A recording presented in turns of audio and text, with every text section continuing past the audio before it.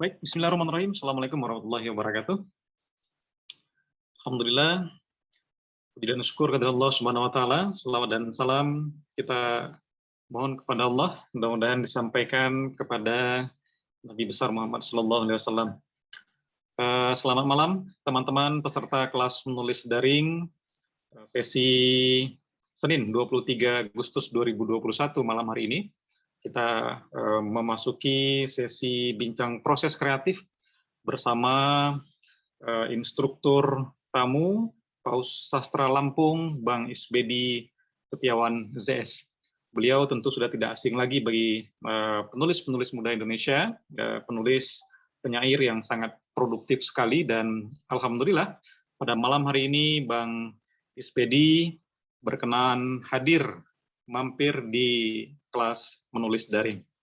Sebelumnya saya mau menyapa teman-teman tim kreatif. Apa kabar? Sehat ya semuanya?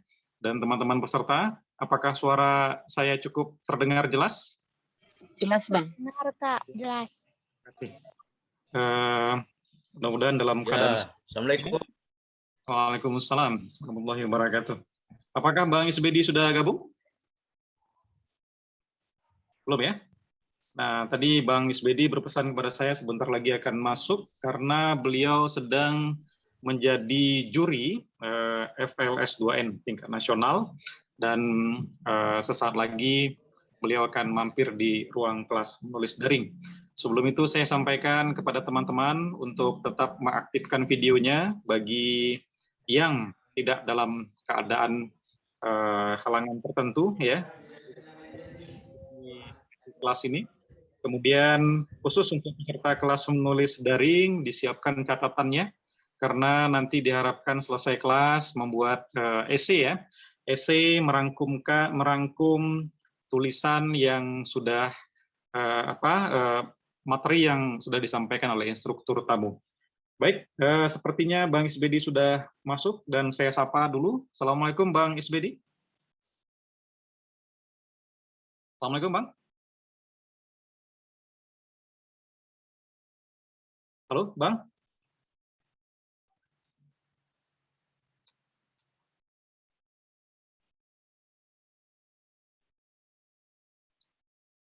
Bang Isbedi, sudah bergabung?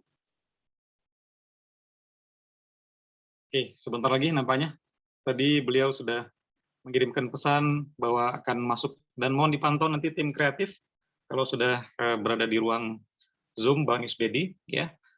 Sebagai informasi teman-teman, kelas menulis daring memasuki tahun kedua, dan terima kasih sampai malam ini kawan-kawan penulis kelas menulis daring masih aktif mengikuti materi-materi, dan berbagai ya banyak narasumber sudah kita datangkan. Diharapkan kemampuan menulis kawan-kawan semakin baik, dan tentu saja sebagian besar sudah menghasilkan karya, bahkan terbit di media-media nasional dan sebuah. Baik, sepertinya Bang Isbedi sudah bergabung di ruang kita. Assalamualaikum Bang. Waalaikumsalam warahmatullahi wabarakatuh. Waalaikumsalam warahmatullahi wabarakatuh. Sehat Bang ya? Alhamdulillah sehat. Maaf agak terlambat tadi ada karena penutupan juri FS2N. Ya, terima kasih Bang sudah hadir di ruang kelas. Sama. Ya, sebagai informasi Bang, kelas menulis daring kelas binaan saya dan free, tidak berbayar, dan sejak pandemi 2020 Maret kelas ini rutin setiap Senin malam kita mengundang instruktur tamu untuk berbagi materi-materi terkait kepenulisan. Dan terima kasih kepada Bang Isbedi, Paus Sastra Lampung, penyair Indonesia yang berkenan ikut menjadi instruktur tamu kami. Jadi malam ini kita akan bincang-bincang mengenai proses kreatif saja, Bang. Iya, siap. Halo ya. Tentu Bang Isbedi sudah banyak kan asam garam di dunia kepenyairan terutama ya. Pengalaman itulah nanti yang akan Bang Isbedi bagi kepada kami muda-muda ini untuk membakar semangat kawan-kawan di kelas menulis daring sehingga semakin produktif. Tentu, amin. Seperti yang saya pantau sendiri, karya-karya Bang Isbedi ini setiap minggu itu selalu muncul di koran-koran. Nah, ini nanti kiat-kiat ini bagi juga Bang, bagaimana menjaga stamina demikian ya, sehingga terus muncul di banyak. Siap. Juga Siap. pertanyaan kuncinya adalah sebagai paus sastra Lampung, mungkin nanti berbagi cerita. Kabarnya HB Jasin yang melekatkan ya penghormatan itulah untuk Abang, dan tentu ini memicu juga semangat kami di kelas menulis daring. Baik Bang, kita santai aja. Siap. Udah layar dipersilakan Bang. Ya, terima kasih. Assalamualaikum warahmatullahi wabarakatuh. Waalaikumsalam. Kedengaran ya? Cukup terdengar. Iya. Saya pertama-tama mohon maaf tadi ada 19.30 baru mulai ternyata penutupan acara festival lomba seni siswa itu Senusantara. Justru nggak apa-apa. Saya sudah yang penting udah masuk, udah hadir, kemudian saya kemari. Nah ini tentang proses kreatif saya kira ya awal-awal lihat. Awalnya berkali tentang paus sastra dulu lah. Paus sastra itu sebetulnya memang dijuluki oleh Pak HB Yasin. Itu sebuah tulisan beliau di catatan kebudayaan majalah Horizon yang kemudian dibagikan lagi di Koran Jayakarta oleh Aspar Paturisi. Sebetulnya sebutan sederhana aja dia. Bahwa saya di Lampung ada Isbedi Setiawan JS. Paus sastra. Nah, begitu kalimatnya. Tetapi kemudian media massa yang membesarkan begitu. Bahkan sampai sekarang saya tidak ada di biodata buku-buku saya tidak ada sebut paus sastra ya. Nah itu. Kemudian tentang proses kreatif ya. Saya selalu menulis puisi itu biasanya saya itu tengah malam itu. Kalau dulu saya disiplin sekali ya. Kalau dulu itu disiplin dari habis sholat Isya, kemudian saya ngetik. Baik dari zaman mesin ketik ataupun zaman komputer, itu saya mulai dari Isya sampai jam-jam 3 pagi itu saya atau subuh, saya sholat subuh, tidur kemudian biasa jam 10 itu saya sudah merapikan tulisan-tulisan saya yang malam. Itu biasanya kalau masih mesin ketik itu saya baca lagi, langsung saya kirim ke kantor pos. Bagi saya ketika itu sudah masuk ke dalam perut bis kantor pos, selesailah tugas pengarang. Nah itu. Nah, lalu bagaimana sih lahirnya sebuah puisi-puisi saya? Puisi-puisi saya hampir rata-rata lahirnya saya nggak pernah mau mencari hal-hal yang jauh dan yang tidak terjangkau oleh saya. Artinya saya tidak akan mengada-ada. Saya selalu sadar setiap saya menulis, selalu sadar apa sih yang saya harus tulis. Tapi untungnya memang dari dulu sampai sekarang itu saya punya ada semacam sense of journalism itu. Itu Subhan. Bahkan cerpen saya yang pertama tahun 79 ketika saya usia 21 tahun itu dimuat di Koran Swadesi. Itu saya bicara tentang pembersihan pedagang kaki lima di Bandar Lampung gitu. Oleh zaman dulu, kalau sekarang kan Satpol PP, kalau dulu Kamtipmas begitu. Nah, saya memposisikan diri saya itu sebagai pedagang kaki lima waktu itu, penjual obat. Saya banyak bergaul dengan orang-orang Minang di Pasar Tengah Bandar Lampung gitu. Nah, saya nulis itu. Nah itu sampai sekarang saya selalu sense of jurnalis itu saya muncul. Bahkan terakhir ada puisi saya bicara tentang wanita yang di Thailand itu demo kemudian ditembak dan mati. Ada puisi saya begitu. Bahkan sudah dimuat di mana itu ya, ada itu. Kira-kira gitu awalnya. Artinya saya selalu tergerak hati saya terutama sekali imaji-imaji saya dari sense of journalism. Tapi ada juga lahir dari menemukan kalimat-kalimat yang saya anggap itu puitis. Misalnya ada akhirnya kemudian saya jadikan judul Perjalanan Pelaut. Saya menemukan kalimat begini.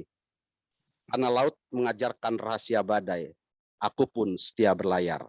Nah, ini kemudian dimuat di Berita Buana oleh waktu itu redakturnya Abdullah di WM. Nah, ya.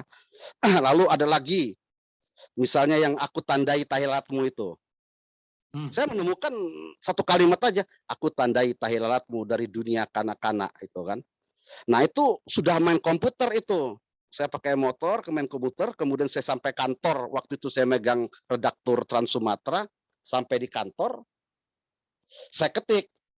Berapa bulan kemudian lah tiba-tiba meletus kasus ini pertikaian di Sampit antara orang Madura dengan Dayak, ya kan? Nah, oh ini ada masalah ini rupanya dalam negara kita ini. Kenapa antar suku kita bisa ribut? Ternyata ada masalah. Kita tidak bisa menandai tahi lalat itu yang kita kenal waktu kecil, bahwa kita bersaudara, bahwa kita dalam satu meja yang sama, yaitu bernama Indonesia. Nah, saya lari ke sana sebetulnya. Aku tandai talatmu ini.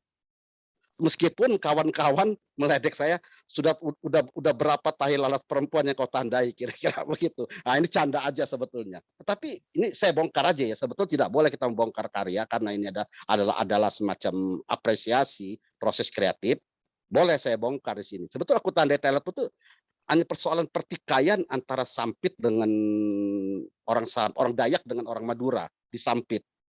Itu bisa dibuka di Google, cari aja aku tandai tahi lalatmu, itu bisa ini. Nah ini dari Malaysia nih, Ibu Siti Nura ini masuk juga nih.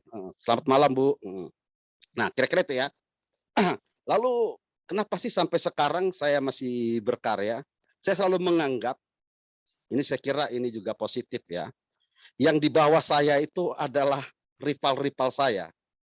Subhan juga adalah rival saya begitu. Yang lain adalah rival saya. Sehingga saya harus maju begitu. Bagaimana saya maju? Ya tentu saya harus belajar, harus ini begitu. Sekarang aja saya masih belum terlalu banyak. Artinya kalau zamannya dulu ada di seriti.com sampai mengatakan saya itu seperti Peter Pan, tiada hari tanpa isbedi, tiada hari Minggu tanpa isbedi. Karena bukan hat trick lagi, kadang-kadang 4 media atau 5 media di Kompas, di media Indonesia itu pada tahun 2005 ya saya kira itu ya. Kemudian Jawa Pos sampai di Suara Pembaruan. Kadang-kadang seminggu itu bisa 5, minimal itu 2 begitu.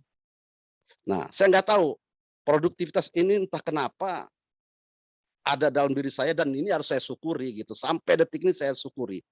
Satu contoh dalam pandemi ini saya sudah melahirkan 4 buku loh sebetulnya yang saya siapkan. Satu burung-burung dan kisah lain. Ini untuk trilogi. Yang kedua adalah buku tipis untuk kematian. Ini bakal terbit di Bahasa Basi Oktober. Buku tipis untuk kematian. Benar-benar tipis, cuma 47 puisi. Yang ketiga adalah Musim Kabung. Nah, ini trilogi. Nah, yang saya siapkan sekarang ini belum saya kirim kemana-mana, udah jadi, udah sekitar 70 puisi. Judulnya Masuk ke Tubuh Anak-anak. Mayoritas dari tahun 2018 paling cuma 2 puisi atau berapa puisi. Selebihnya 2019 sampai 2021.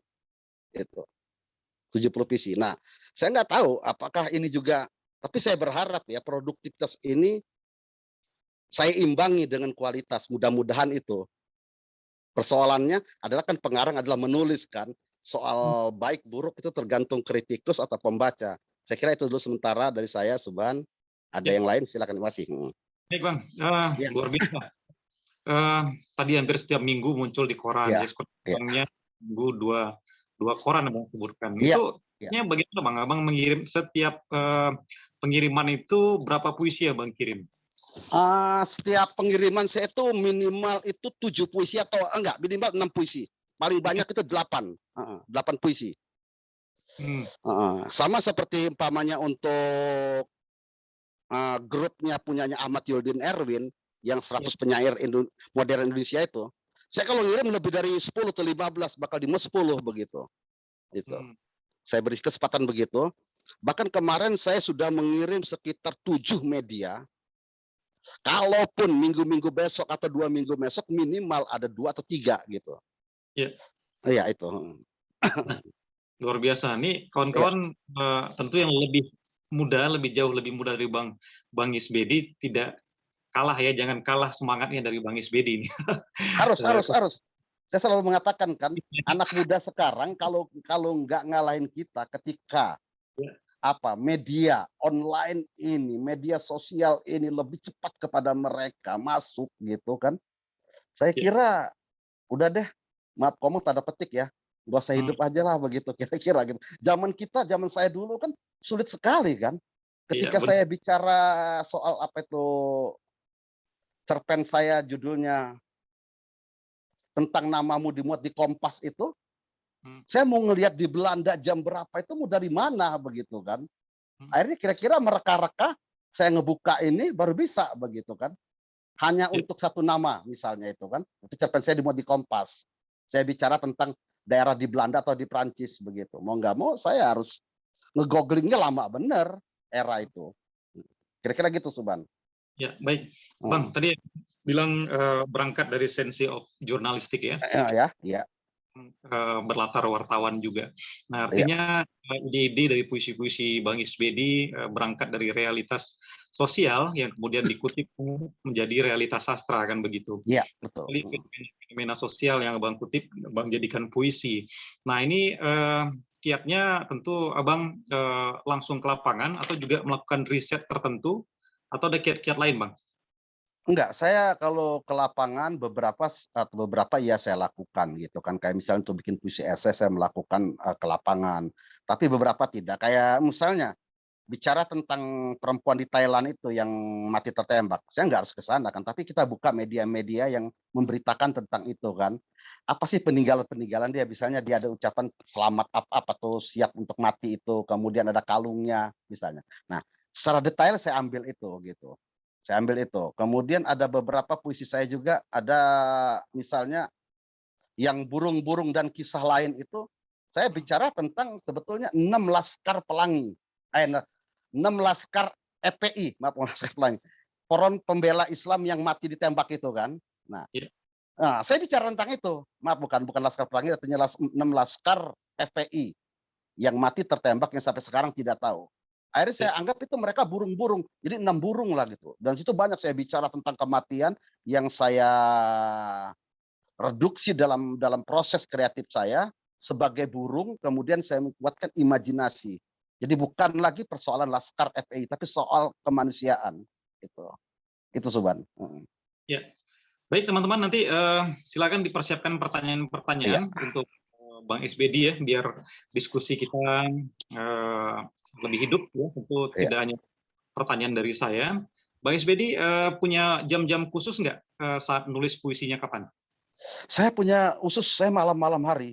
Malam ya? Mungkin jam 2 jam 3 itu kalau zaman sekarang kan enak kan kita nggak perlu lagi buka laptop kan istilahnya kan. Kita buka aja Facebook gitu. Kita ketik di laman Facebook itu kan istilahnya. Kemudian kita unduh lagi baru kita proses kreatif kita ubah, kita iniin begitu. Ya, Jadi baik. bisa ngelihat di Facebook saya itu jam 3 malam tuh kadang-kadang saya masih hidup gitu. Jadi seolah-olah kehidupan saya itu setelah jam 12 malam gitu. Gitu. Ya, baik. Kemudian mengenai ini Bang, beberapa koran malah menutup halaman puisi mereka. Kemudian media sosial marak berkembang. Sedikit barangkali pandangan Abang tentang ini, seperti Kompas juga menutup halaman puisinya gitu ya. Dan sebagian besar penyair-penyair, terutama yang muda-muda, marak juga membagikan karya mereka di media sosial. Bagaimana kaitan dengan kurasi karya di situ? Iya. Ini mungkin sebentar lagi saya kalau dimuat ini ada majalah Pusat Bahasa itu kemarin saya diminta tentang fenomena ini. Saya katakan di sini bahwasanya ketika media massa ini sudah tidak ada lagi, orang lari ke media sosial, akhirnya memang tingkat kurasi sangat lemah. Gitu. Bahkan saya juga masih meragukan ketika ada festival-festival puisi dengan kurasi yang ini ya kurang baik gitu. Tiba-tiba ada festival puisi internasional karena butuh banyak orang, akibatnya ya mereka dimuat semua.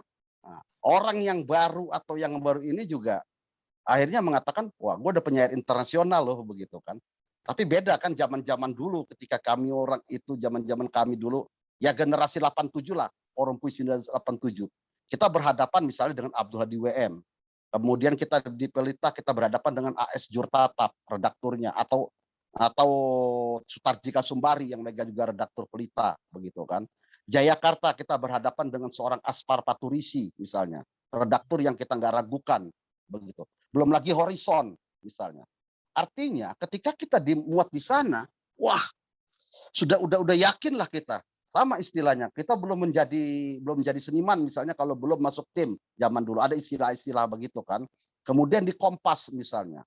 Cerpen Kompas pada era saya 2004-2005 itu dipegang oleh 4 redaktur apa kalau nggak salah, itu ada Kennedy Nurhan, terakhir itu finalnya itu ada di,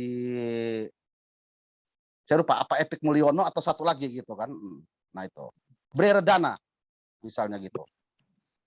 Jadi satu orang lolos sudah sampai ke 5, itu udah diputusan ada di Bredana. Kalau sudah 3 orang redaktur mengatakan cerpen A ini lolos, maka 2 ini mau nggak mau sudah mengatakan juga lolos. Bredana baru mengeksekusi, dia mengirim email kepada kita mengatakan cerpen ini jangan dikirim lain karena sudah siap untuk terbit. Nah gitu. Sekali kita cerpen kita atau kita dimuat di media lain, habis kita di Kompas, blacklist seumur hidup gitu. Nah itu Nah kalau sekarang kan saya kira enggak, kan baik itu yang namanya festival, apalagi sudah kecenderungan sekarang dengan media di zaman pandemi ini lagi, hampir komunitas itu banyak menerbitkan antologi puisi yang ujungnya berbayar kan. Masa kita sebagai penyair mengirim tulisan kemudian bayar? Saya tolak begitu. Kecuali saya ngirim puisi, lolos, kemudian saya dikirim bukunya dengan catatan. Artinya imbal loh bagi saya. Masa sudah ini, jangankan untuk bayar, untuk berbayar pengiriman aja ongkos kirim, saya tolak, nggak mau saya. Itu. Ya, artinya panitia harus punya modal, Bang. Iya, harus punya modal dong. Jangan kita mengambil kesempatan begitu, mencari apa kekayaan dalam pengertian, dan ini akhirnya ada istilah bagi saya itu namanya sosialitas sastra. Sosialitas sastra. Kalau zaman dulu kan orang bersosialita lewat kafe-kafe gitu kan. Iya kan? Nah, sekarang enggak, lewat sastra mereka. Mau bayar begitu. Tahan dia bayar, bahkan bila perlu beli 10 eksemplar lagi begitu. Itu. Tapi kita lihat akhirnya karya-karya itu baik di festival ataupun di antologi yang bersama, nggak mau saya sebut ya lembaganya, nggak enak juga sama kawan sendiri. Ya nggak kuat-kuat amat puisinya yang ada begitu. Ini. Baik. Ya, terima kasih Bang Ispedi, luar biasa. Sama. Yuk. Mancing diskusi kita di kelas malam ini. Baik teman-teman, sudah lebih kurang 30 menit kita menginterogasi dalam tanda petik Bang Ispedi. Nanti kawan-kawan nggak apa, harus begitu, harus diintegrasi saya, nggak apa-apa. Kawan tentu banyak pertanyaan lain yang ingin diajukan. Ya, saya berikan kesempatan untuk berbicara langsung ke Bang Ispedi, Paus Sastra Lampung. Silakan. Waalaikumsalam. Waalaikumsalam. Silakan. Assalamualaikum. Waalaikumsalam. Saya dari Jakarta. Sangat bagus tadi yang memasuki dunia anak ya tadi. Judul apa tadi buku yang mau ditayang ya? Ini memasuki tubuh anak-anak. Memasuki tubuh anak-anak. Menarik itu. Jadi istilahnya jadi nanti berbahasa tubuh dewasa berbahasa anak kali ya? Oh tidak, itu saya mengambil 2 puisi. Saya punya puisi 2. Memasuki tubuh anak-anak 1, memasuki tubuh anak-anak 2. Nah itu yang menjadi judul. Saya selalu hati-hati untuk judul buku. Saya mengambil yang menarik supaya orang nanti mau membeli gitu kan. Nah dari sekian saya ada 2 sebetulnya, 2 pilihan. Satu memasuki tubuh anak-anak, yang satunya lagi laki-laki yang pulang sebelum siang. Tapi kayaknya menarik yang ini gitu. Kenapa saya bicara tentang puisi tubuh anak-anak ini? Ternyata di anak-anak itu ada kejujuran dan segala macam. Di diri kita yang manusia-manusia dewasa ini tidak begitu. Nah, sebetulnya judul puisi itu hanya cuma 2 itu aja, memasuki tubuh anak-anak 1, memasuki tubuh anak-anak 2. Selebihnya ya enggak, bebas begitu. Yang saya jual adalah judul ini gitu, Bu. Oh gitu. Ya, maksudnya saya juga pengen menulis memasuki dunia masa lalu gitu. Itu masih bisa kali ya? Bisa. Semua tema di bawah matahari ini, Bu, masih bisa kita garap sebetulnya. Tinggal lagi bagaimana kita menggarapnya. Persoalannya adalah kita kayak seperti inilah. Tema maut, ya Bu ya. Tema maut itu sudah dari zaman dulu, dari zaman Shakespeare itu sudah ada sampai sekarang. Ya kan, Bu, gitu. Nah, tinggal lagi tema maut yang saya garap tentu akan berbeda dengan tema maut yang dibuat oleh Ibu, dibuat oleh Subhan, dibuat lagi misalnya oleh Abdul Hadi WM, bahkan Subagio Sastrowardoyo juga tentang tentang kematian begitu akrab atau karib gitu, itu akan beda gitu, Bu. Jadi tema di bawah matahari apapun bisa kita garap, Bu. Baik, Kak Masya. Ya, ya. Ya, terima kasih Kak Masya di Jakarta, penanya pertama. Saya persilakan penanya kedua. Tadi ada yang Assalamualaikum. Waalaikumsalam. Silakan sebutkan nama dan asal. Berasal dari Aceh. Oh iya. Sama-sama Sumatera ya. Ya. Assalamualaikum. Waalaikumsalam. Pak Zab Aceh. Aceh. Ya. Langsa ya. Silakan Pak Zab. Ya. Assalamualaikum warahmatullahi wabarakatuh. Terima Waalaikumsalam kasih warahmatullahi Kanda wabarakatuh. Isbendi. Salam temu penyair Aceh 8 negara dulu. Kita pernah berfoto ya dan minum kopi. Iya betul, malam-malam. Ya. Terima kasih ilmunya malam ini. Proses kreatif sebagaimana pengalaman kami dulu di 85-86. Saya mulai belajar dan menulis puisi. Di 86 itu setelah 33 amplop saya kirim karya saya ke Abrakadabra Waspada Medan. Pada saat itu kalau nggak salah almarhum Asmadi, AS Armadi, ya dimuat karya saya yang pertama itu. Kemudian saya hijrah lagi. Beberapa tulisan, beberapa karya yang saya pendam itu saya koreksi, kemudian saya tulis ke Kartini. Pada saat itu dimuat di beberapa puisi, kalau nggak salah 6 puisi saya di Kartini. Kemudian proses yang saya lalui sekarang, proses yang saya lalui sekarang setelah kita kemarin itu dari 85, kemudian ada temu penyair di Aceh yang 8 negara itu. Ada beberapa teman mengajak kita untuk salah satu membukukan hasil kreatif saya. Hal ini berhasil dibukukan. Ini ada beberapa puisi dan penulis saya dulu Pak Isbandi, dibukukan oleh editor penyair dari Pasel Semawe, Mahdi Idris. Ini prosesnya kita beberapa kali ingin beranjak kebersamaan. Mungkin ini satu kreativitas yang kita lakukan bersama. Hal yang sama kita alami. Bagaimana ini proses selanjutnya? Terakhir karya saya di sini, pandemi. Baik, Bang Pak Zab, pertanyaannya Pak Zab, karena ada beberapa penanya. Oke, terima kasih. Bagaimana langkah selanjutnya kalau memang puisi kita diapresiasi di luar negeri? Bagaimana jalannya itu? Apakah harus dengan bahasa Inggris atau kita salurkan dengan terjemahannya? Terima kasih. Terima kasih. Untuk luar negeri ya. Terima kasih Pak Isbandi. Salam kopi dari Aceh. Salam. Ya, Bang Isbedi, itu penerjemahan karya sastra ke bahasa aslinya itu sangat diperlukan dan Indonesia penerjemahannya masih sangat kurang. Nah, mana Bang Isbedi melihat ini? Dan tentu puisi-puisi kita perlu diterjemahkan juga bahasa Inggris, Itali dan lain sebagainya. Ya, sebentar ya, saya ngambil bentar ya. Oke, silakan Bang. Baik, teman-teman nanti dipersilakan untuk melambaikan tangan ya agar tim kreatif dapat melihat siapa yang. Sebentar, saya belum siapkan buku-bukunya tadi ya. Ya, terima kasih. Nah, ya tadi sebetulnya bukan proses kreatif ya, dibilang sama dari Aceh tadi kan. Bagaimana caranya kita, kalau proses kreatif itu kan adalah bagaimana sih kita melahirkan karya sastra, karya puisi, misalnya cerpen begitu kan. Belum lari ke cerpen kan, kita masih bicara tentang puisi di sini. Kalau tadi kan bagaimana sih kita merayakan atau menyebarkan karya kita ke luar negeri. Itu kan maksudnya intinya kan. Terus bagaimana sih penerjemahan? Memang penerjemahan kita di Indonesia ini sangat kurang. Entah saya nggak tahu. Kecuali yang bisa menerjemahkan itu kalau nggak salah Lontar ya. Lontar sangat-sangat aktif lagi. Tapi kita untuk dimuat di sana betapa sulitnya. Saya punya buku Lontar. Itu pun satu puisi yang saya dimuat di Lontar itu. Dari tebal itu. Siap orang satu-satu. Nah itu. Nah Lontar.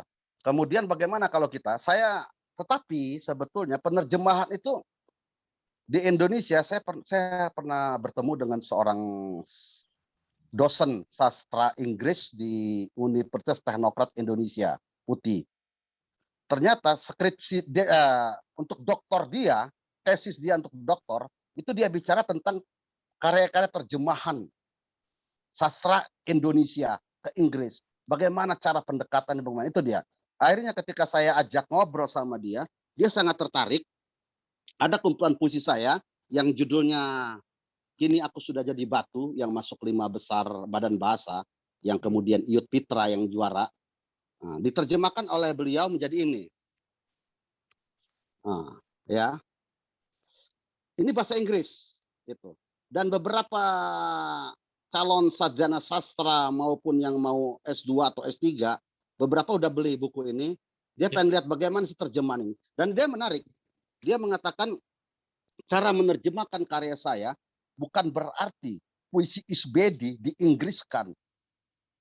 Nah, artinya dia banyak bergaul dengan saya, banyak ngobrol, kemudian tetap puisi-puisi Isbedi cuma dibahasakan ke Inggris gitu. Gitu Suban.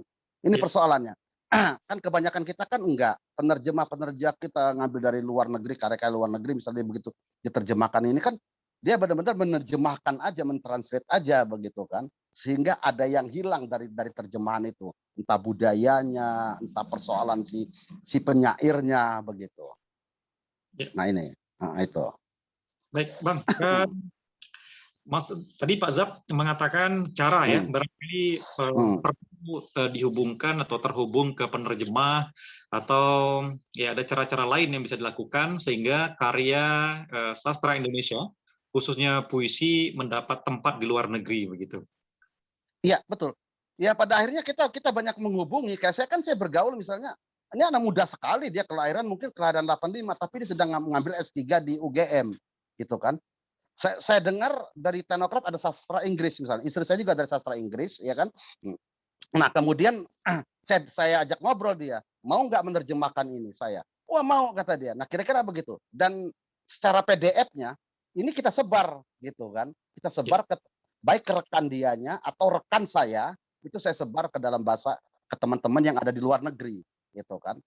Tapi tidak harus sebetulnya. Saya di Leiden kemarin baca puisi atau di Rotterdam, saya tetap pakai bahasa Indonesia begitu.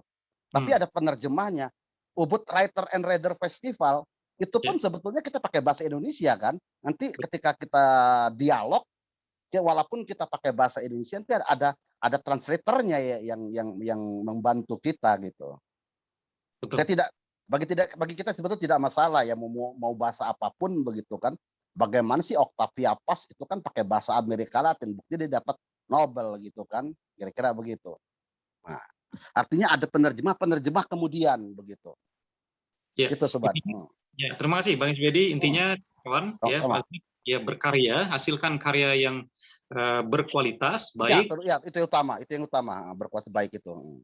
Bergaullah dengan banyak penerbit, dengan banyak penerjemah. Dan 2017 ketika saya lolos di Ubud Writer juga juga diterjemahkan. Iya betul kan, terjemahkan kan kita walaupun kita dialog pakai bahasa Indonesia, ada translatornya kan yang ngomong, yang bantu kita kan itu. Baik, kita berlanjut ke penanya ketiga, Bang. Ada Bang Johan Mautabana dari Nusa Tenggara Barat. Dipersilakan. NTT apa NTT kalau salah kayaknya tadi ya. Siap. NTB. NTB ya. Selamat malam, terima kasih atas kesempatan. Malam. Pak Isbedi, ya siap. Kampung. Saya ini anak muda dari NTT yang sangat NTT, ya. Pak Isbedi. Iya siap. Bagus. Timur kan selalu dianggap terbelakang gitu kan, tapi harus tidak sebetulnya. Bisa ada Mario Epelawi gitu ya, banyak ya sebetulnya. Silakan Bang Johan. Silakan. Saya langsung saja bertanya ini. Saya punya satu kegelisahan untuk menulis. Yakni saya biasanya tulis sama seperti punya pengalaman yang sama seperti Pak Isbedi. Kalau mau nulis itu biasanya dengan malam hari sampai pagi. Dan kadang sampai jam 5 pagi baru bisa selesai tulis. Dan kebiasaan itu sudah saya lakukan selama 1 tahun yang lalu. Iya. Lalu kemudian saya putus asa. Ketika Apa itu? Apa itu? Agak hilang-hilang tuh. Silakan Johan, suaranya putus. Oh ya. Kebiasaan saya itu menulis dengan malam hari sampai pagi. Iya, betul. Tetapi akhir-akhir ini saya putus asa karena saya menulis, tapi ketika saya kirim ke media, hasilnya karya-karya saya ditolak gitu. Jadi mungkin Bapak SPD bisa beri masukan begitu, lalu mungkin ada saran-saran yang atau tips-tips yang mungkin begitu untuk kita bisa semangat kembali menulis. Selain semangat, kita juga karya-karya kita itu bermutu untuk media dan pembaca begitu. Terima kasih Ya, Bang terima kasih. Johan di Nusa Tenggara Timur. Ditolak media nih Bang. Kadang-kadang Iya. penulis ya terutama pemula ya sering baper nih Bang. Baper kemudian nggak menulis lagi ya. Iya. Saya kira jangankan yang muda, untuk sekelas saya juga itu pasti ada yang ditolak, itu pasti. Tapi apa iya gara-gara kita satu itu kita ditolak? Betapa banyaknya media sekarang, ya terutama media online gitu kan, itu menyediakan ruang, ya kita bisa masuki lah itu ruang-ruang itu sebetulnya. Pada zaman dulu, ya saya juga banyak. Kompas itu pertama sekali yang memuat karya cerpen saya judulnya Abang Yun. Itu nggak langsung dimuat pada saat itu. Mungkin sudah yang ketiga kali baru dimuat. Itu. Apa iya saya merasa harus, wah kayak gini saya nggak layak menjadi sastrawan. Ya habis kita begitu kan. Habis kita. Nah, artinya bagaimana kita terus berkarya. Saya percaya sekokoh-kokohnya tembok ketika terus-terusan dihajar oleh air, bahkan yang bah pun, saya kira akan runtuh juga. Begitu juga sekuat-kuatnya redaktur mempertahankan dirinya, tidak bisa kita masuki, tapi sekali masuk dengan karya kita yang dinilai bagus, itu pasti muat. Ada satu contoh yang menarik nih sebetulnya.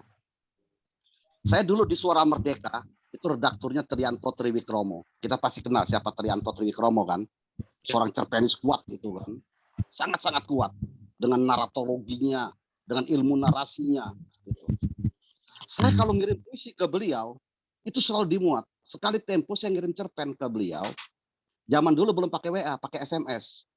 Apa omongan dia? Mas, gak usah kirim cerpen mas, kata bilang ini. Gak akan saya muat, kata dia bilang gitu. Cerpenmu buruk, kata dia bilang gitu. Tapi kalau puisi, saya muat, kata dia bilang. Akhirnya saya punya kiat gitu. Saya bikin cerpen judulnya Seruan. Dengan judulnya Seruan, tapi dengan gaya tulisan juga udah berbeda. S-E-R-O-E-W-A-N. Seruan. Jadi istilahnya tulisan zaman dulu sebelum ejaan yang disempurnakan. Ya, gitu.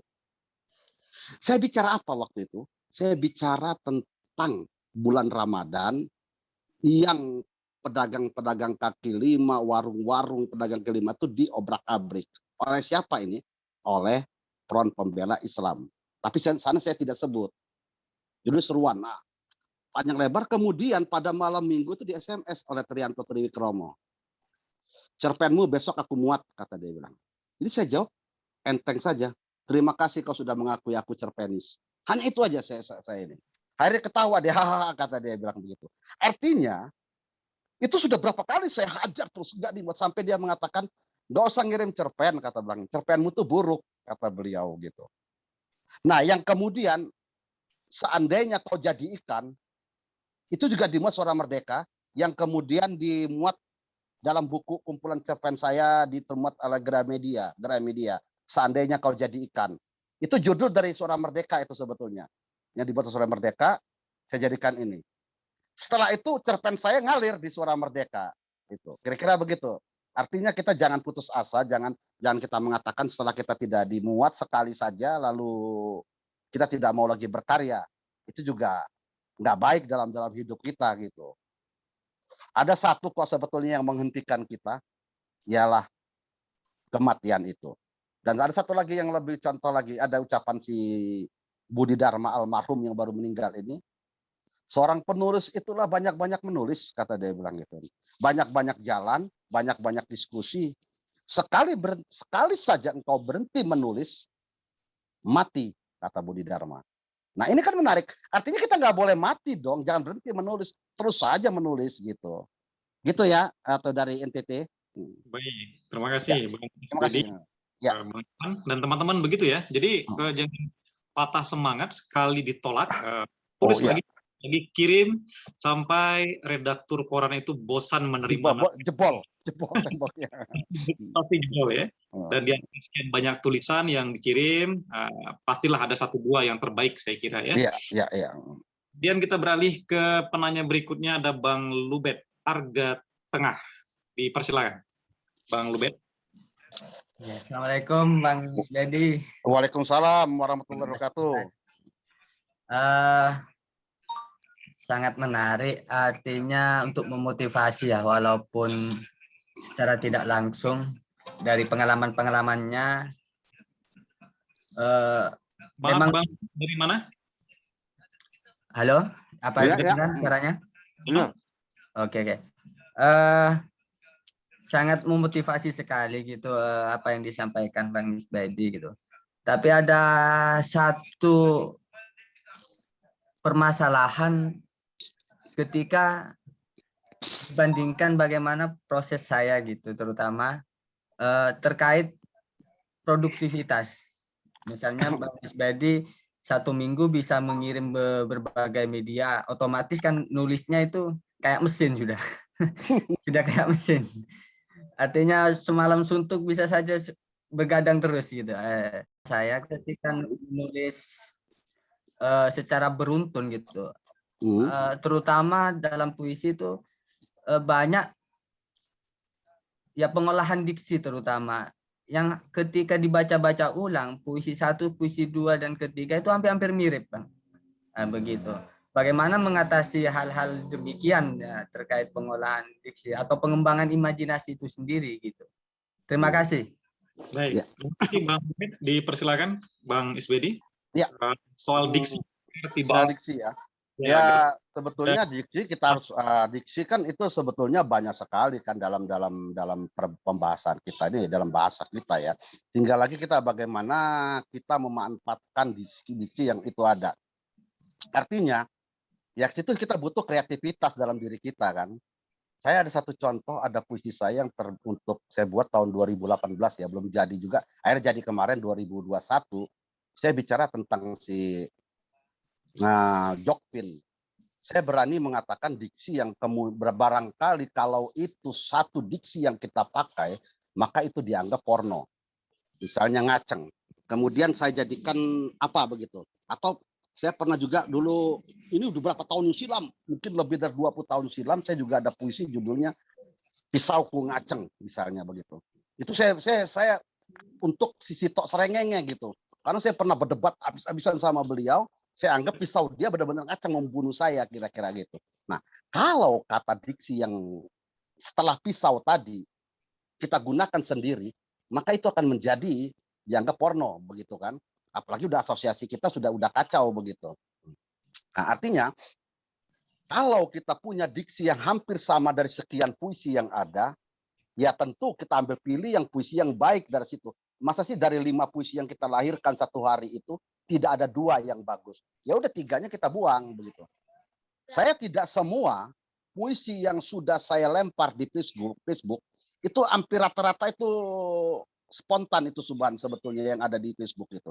Tapi kemudian saya olah lagi, saya unduh lagi, saya olah lagi ya menjadi hal yang baru, menjadi hal yang biasanya di Facebook saya tidak kasih judul misalnya.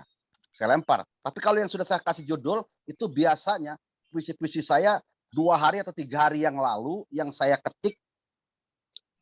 Kebetulan saya pakai tablet misalnya. Saya ketik di tablet ini misalnya, ya. Kemudian baru saya lempar ke Facebook. Setelah saya yakin ini dan saya buat judul baru saya lempar ke Facebook.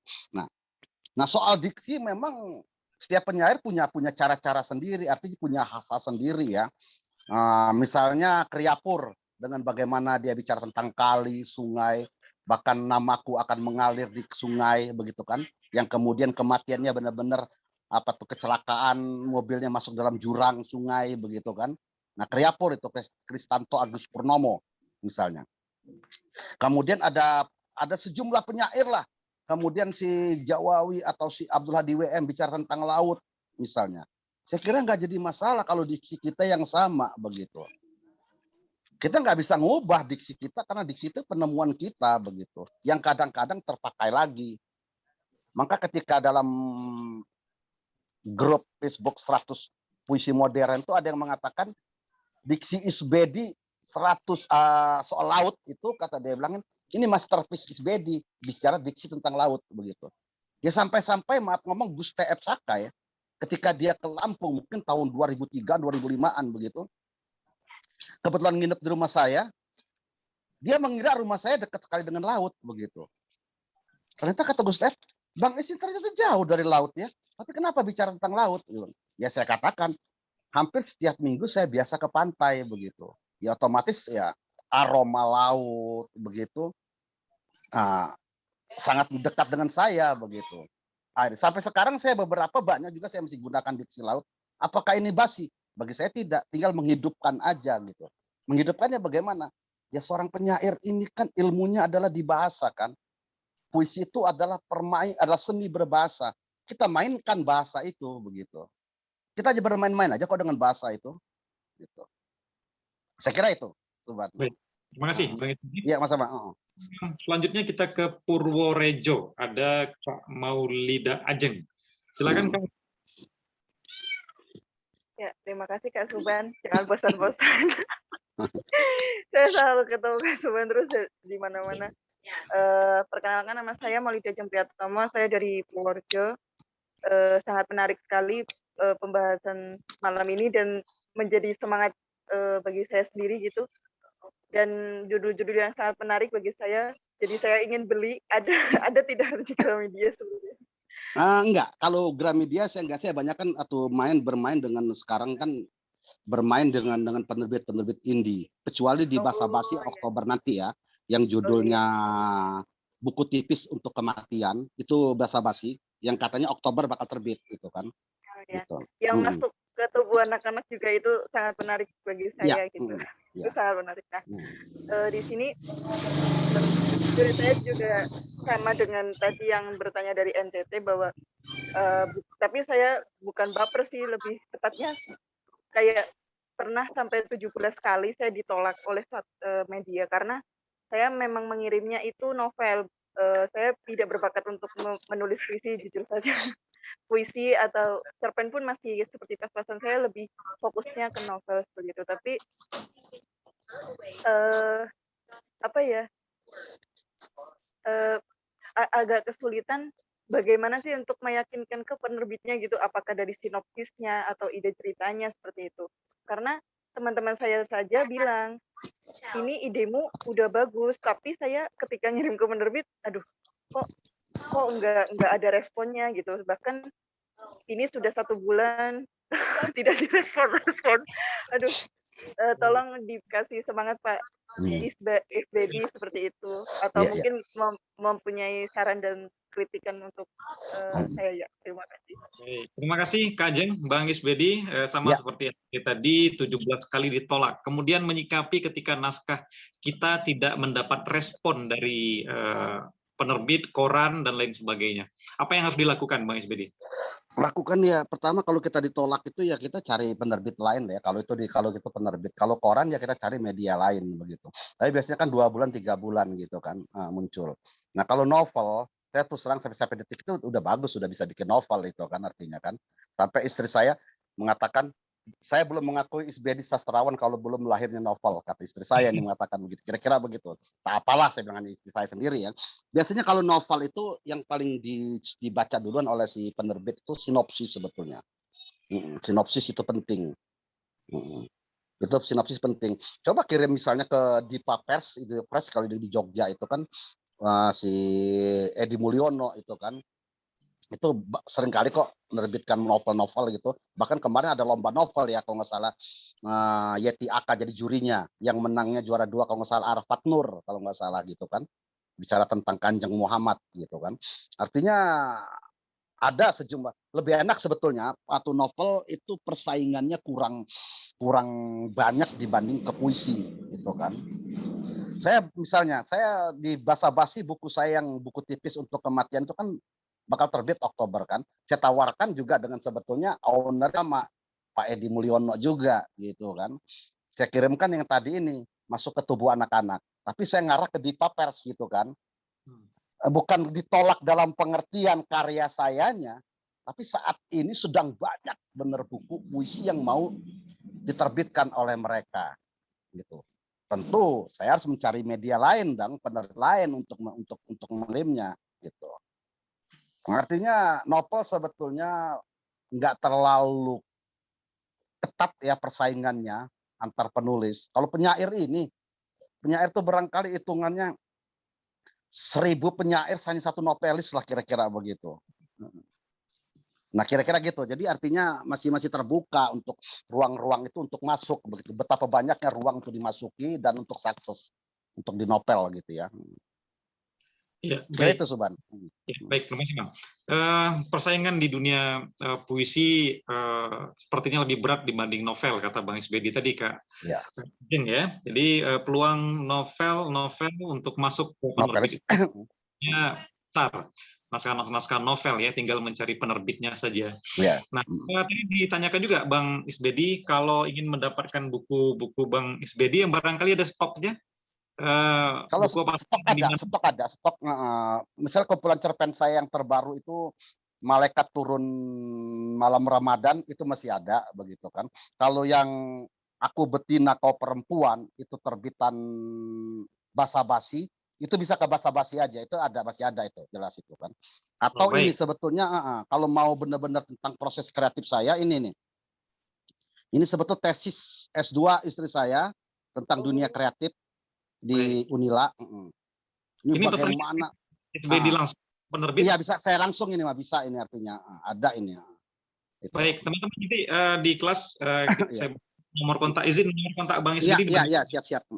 Kawan-kawan yang tertarik membaca proses kreatif Bang Isbedi secara detail nanti bisa memesan buku itu teman-teman. Dan Bang Isbedi juga. Iya saya bukan mempromosikan dalam pengertian begini. Istri saya ketika ngambil S2 di Unila itu baru masuk aja dia tahu karena istri saya dia mengatakan dosennya, saya tidak mau ibu menulis tesisnya tentang puisi-puisi Isbedi. Udah terlalu banyak di sini, kata dia bilang. Tapi saya ingin proses kreatif beliau yang sampai usia sekarang ini masih berkarya. Tapi dengan catatan, wawancara jangan di rumah. Nah akhirnya udah wawancaranya di kafe di mana-mana begitu. Dengan foto yang ada, dengan hasil rekaman ada begitu. Kemudian di editori oleh Maman Esmayana. Karena beda kan dari tesis menjadi buku kan gitu. Baik. Terima kasih Bang Isbedi. Izin saya bagikan nomor kontaknya ke teman-teman. Ya, kemudian kita dari Purworejo ke Nusa Tenggara Barat ada Bang Din Ali Putih. Silakan Bang Din, aktifkan videonya.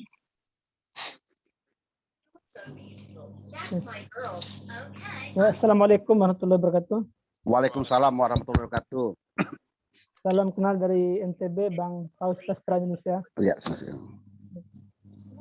barangkali ada 2 pertanyaan yang ingin saya ajukan pada malam hari ini. Yang pertama adalah terkait dengan proses kreatif dan produktivitas Bang Paus Sastra, Bang Isbedi. Ya. Bagaimana kemudian sampai dengan hari ini produktivitas dan kreativitas Abang nggak pernah henti-henti atau tidak ada matinya. Apakah Abang mengumpulkan masalah, katakan tadi ketika tengah malam melakukan perenungan, mengumpulkan berbagai masalah yang perhatikan yang dilihat dan dibaca dalam keseharian, ataukah Abang membenturkan masalah itu dengan membenturkan realitas dengan harapan atau idealitas?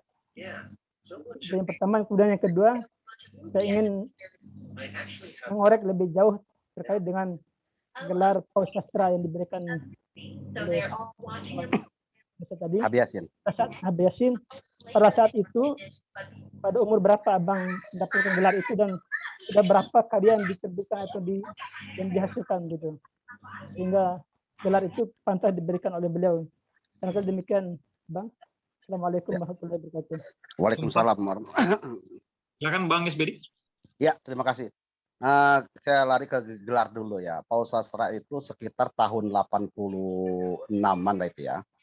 Dan itu waktu zaman dulu kita tahu sendiri, kita menerbitkan buku itu nggak lewat yang seperti sekarang. Penerbit kita banyak menerbitkan lewat fotokopi, stensilan, begitu kan. Nah, satu. Kedua, barangkali saat itu Habib Yasin mengatakan saya sebagai paus sastra itu, saya kecenderungan selain saya memiliki sense of journalism, saya juga memiliki apa tuh sense of arts gitu ya. Ada banyak penyair-penyair di Lampung ini yang lahir itu dari tangan saya, begitu kan.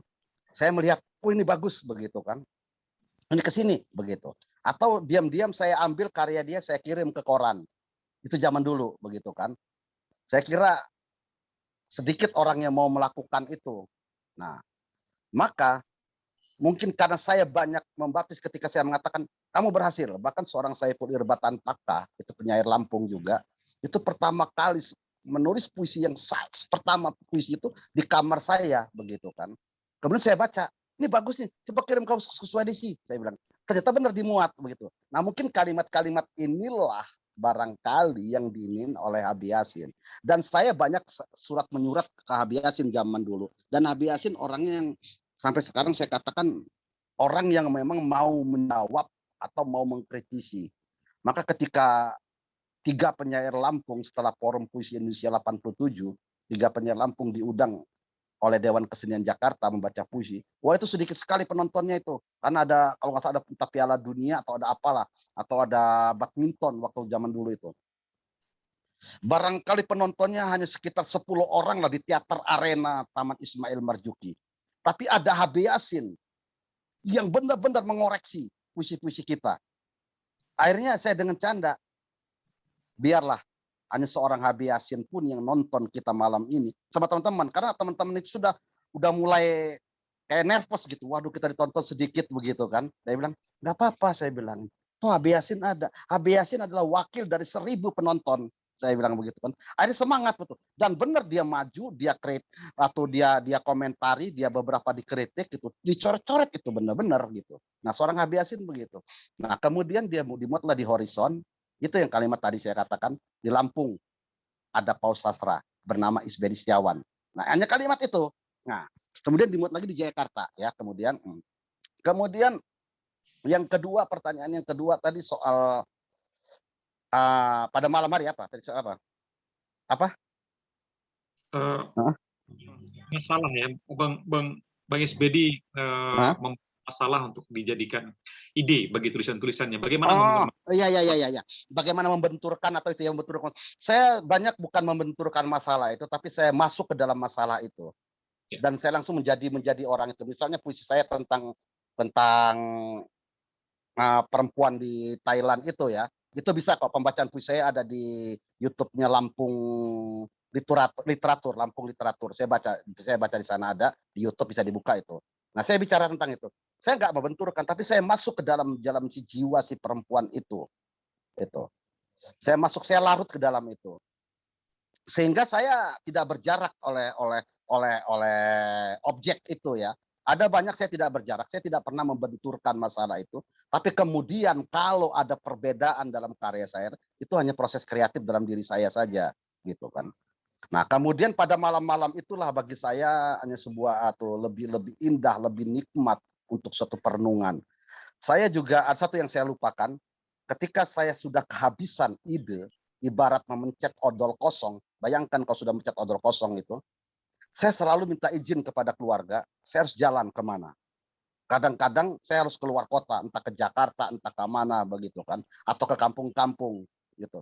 Untuk apa? Ini hanya untuk ini lagi, ibarat sumur sudah kering, odol sudah kering, pasta gigi itu sudah kering, harus diisi lagi gitu. Nah saya pulang, maka akan dapat lagi. Misalnya begitu. Atau 10 hari aja, kayak sekarang saya udah ada sekitar 10 hari ya, saya nggak keluar rumah begitu. saya ada kerinduan gitu mau keluar, mau ngobrol sama kawan-kawan begitu. Nah, biasanya ngobrol itu bisa melahirkan. Kemarin saya udah bukan 10. Seminggu yang lalu ya, kalau nggak salah saya sudah benar-benar lebih dari 10 hari saya nggak keluar. Saya kontak Agus Sri Junaidi sama Al Farizi.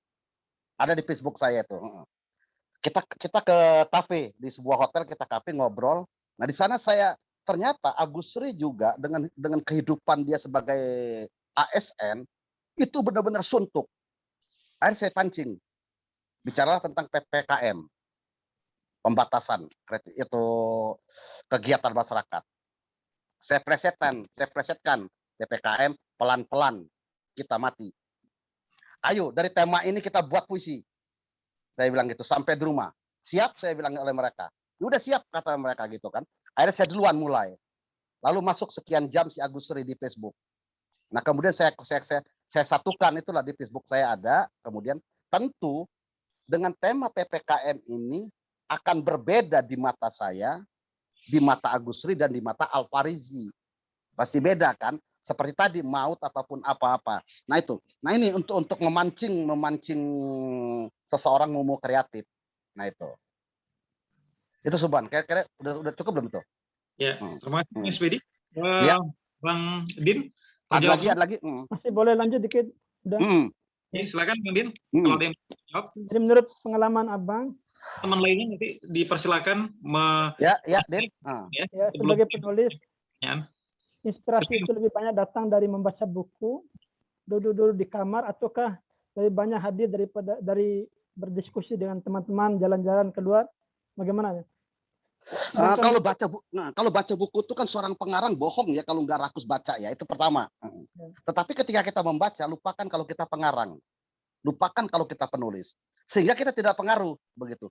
Nah, ketika kita menulis, lupakan apa yang pernah kita baca.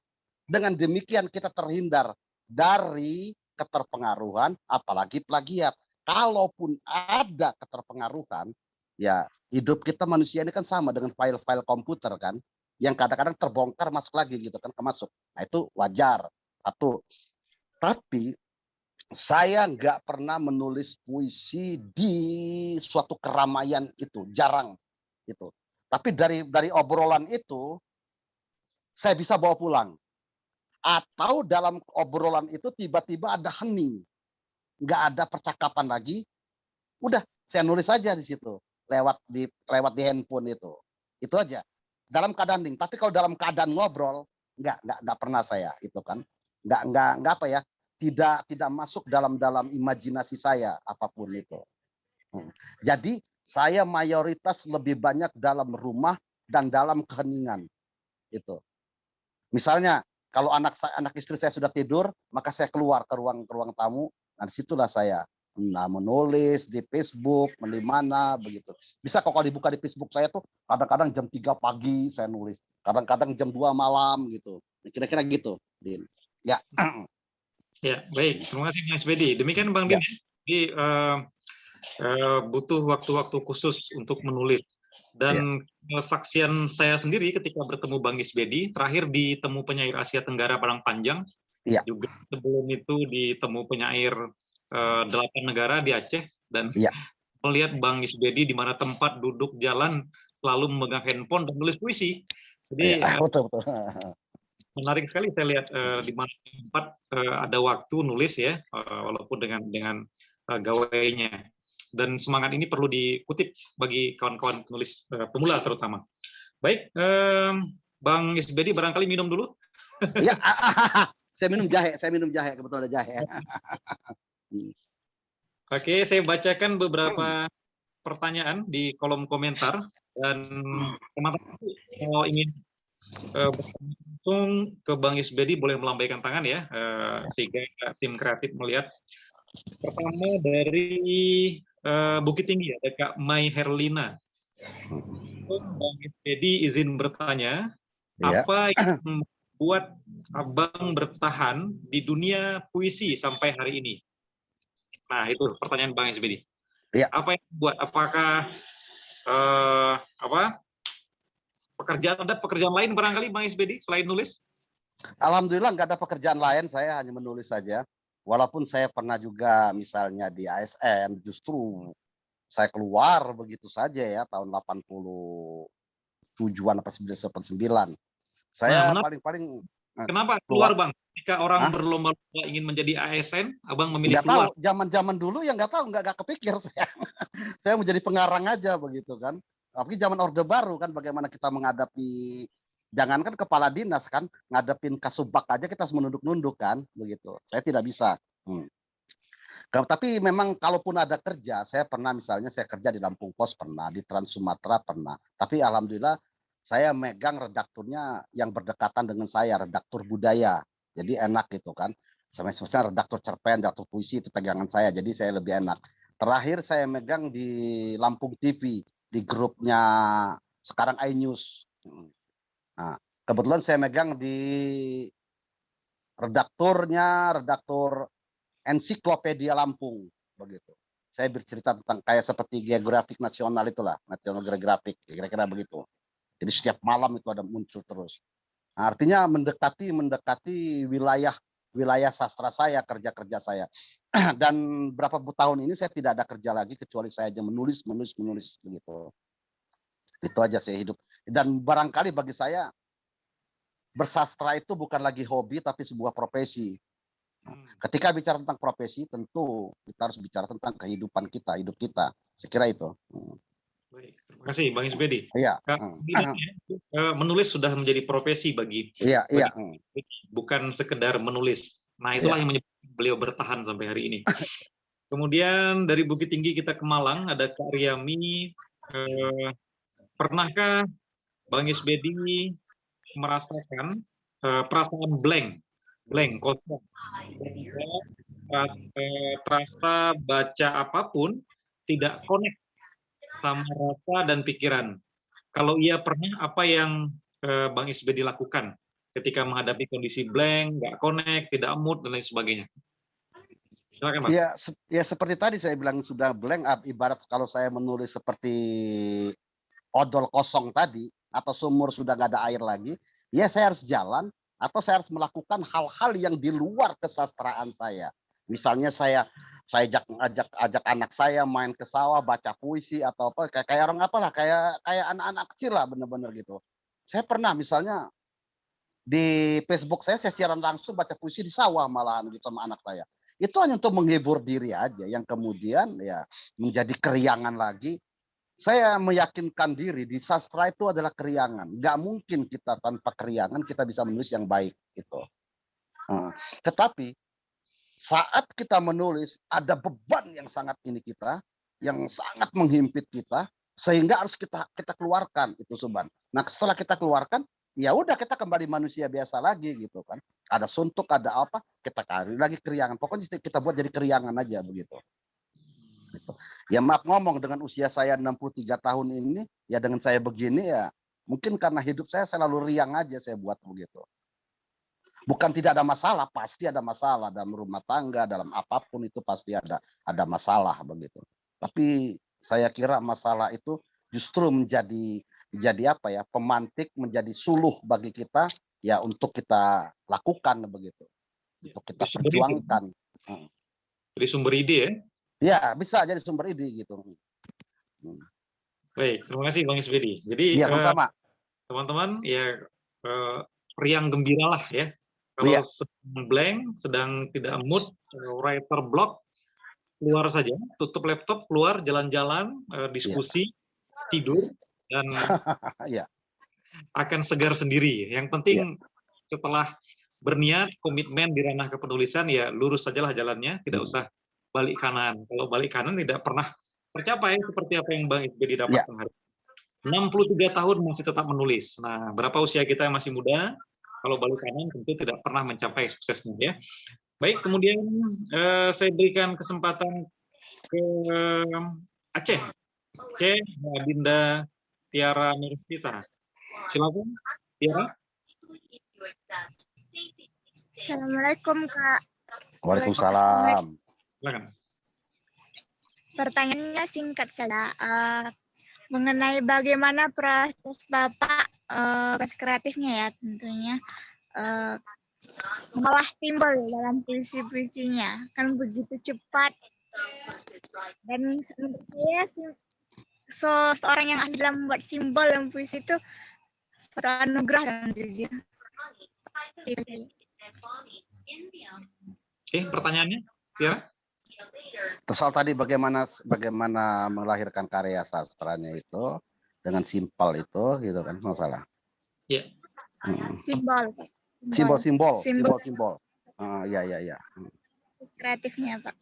Iya. Mengolah simbol. Baik. Simbol ya. Ya. Puisi tentu penuh dengan simbol, Bang Subedi. Iya, pasti itu. Majas atau perlambang. Ya, benar. Silakan, Bang. Apa kiat-kiat yang melakukan Ya. dalam ya, Bang? Ya, misalnya saya satu contoh kembali yang pada aku tandai tai lalatmu itu. Sebentar ya, saya ambil bukunya ya.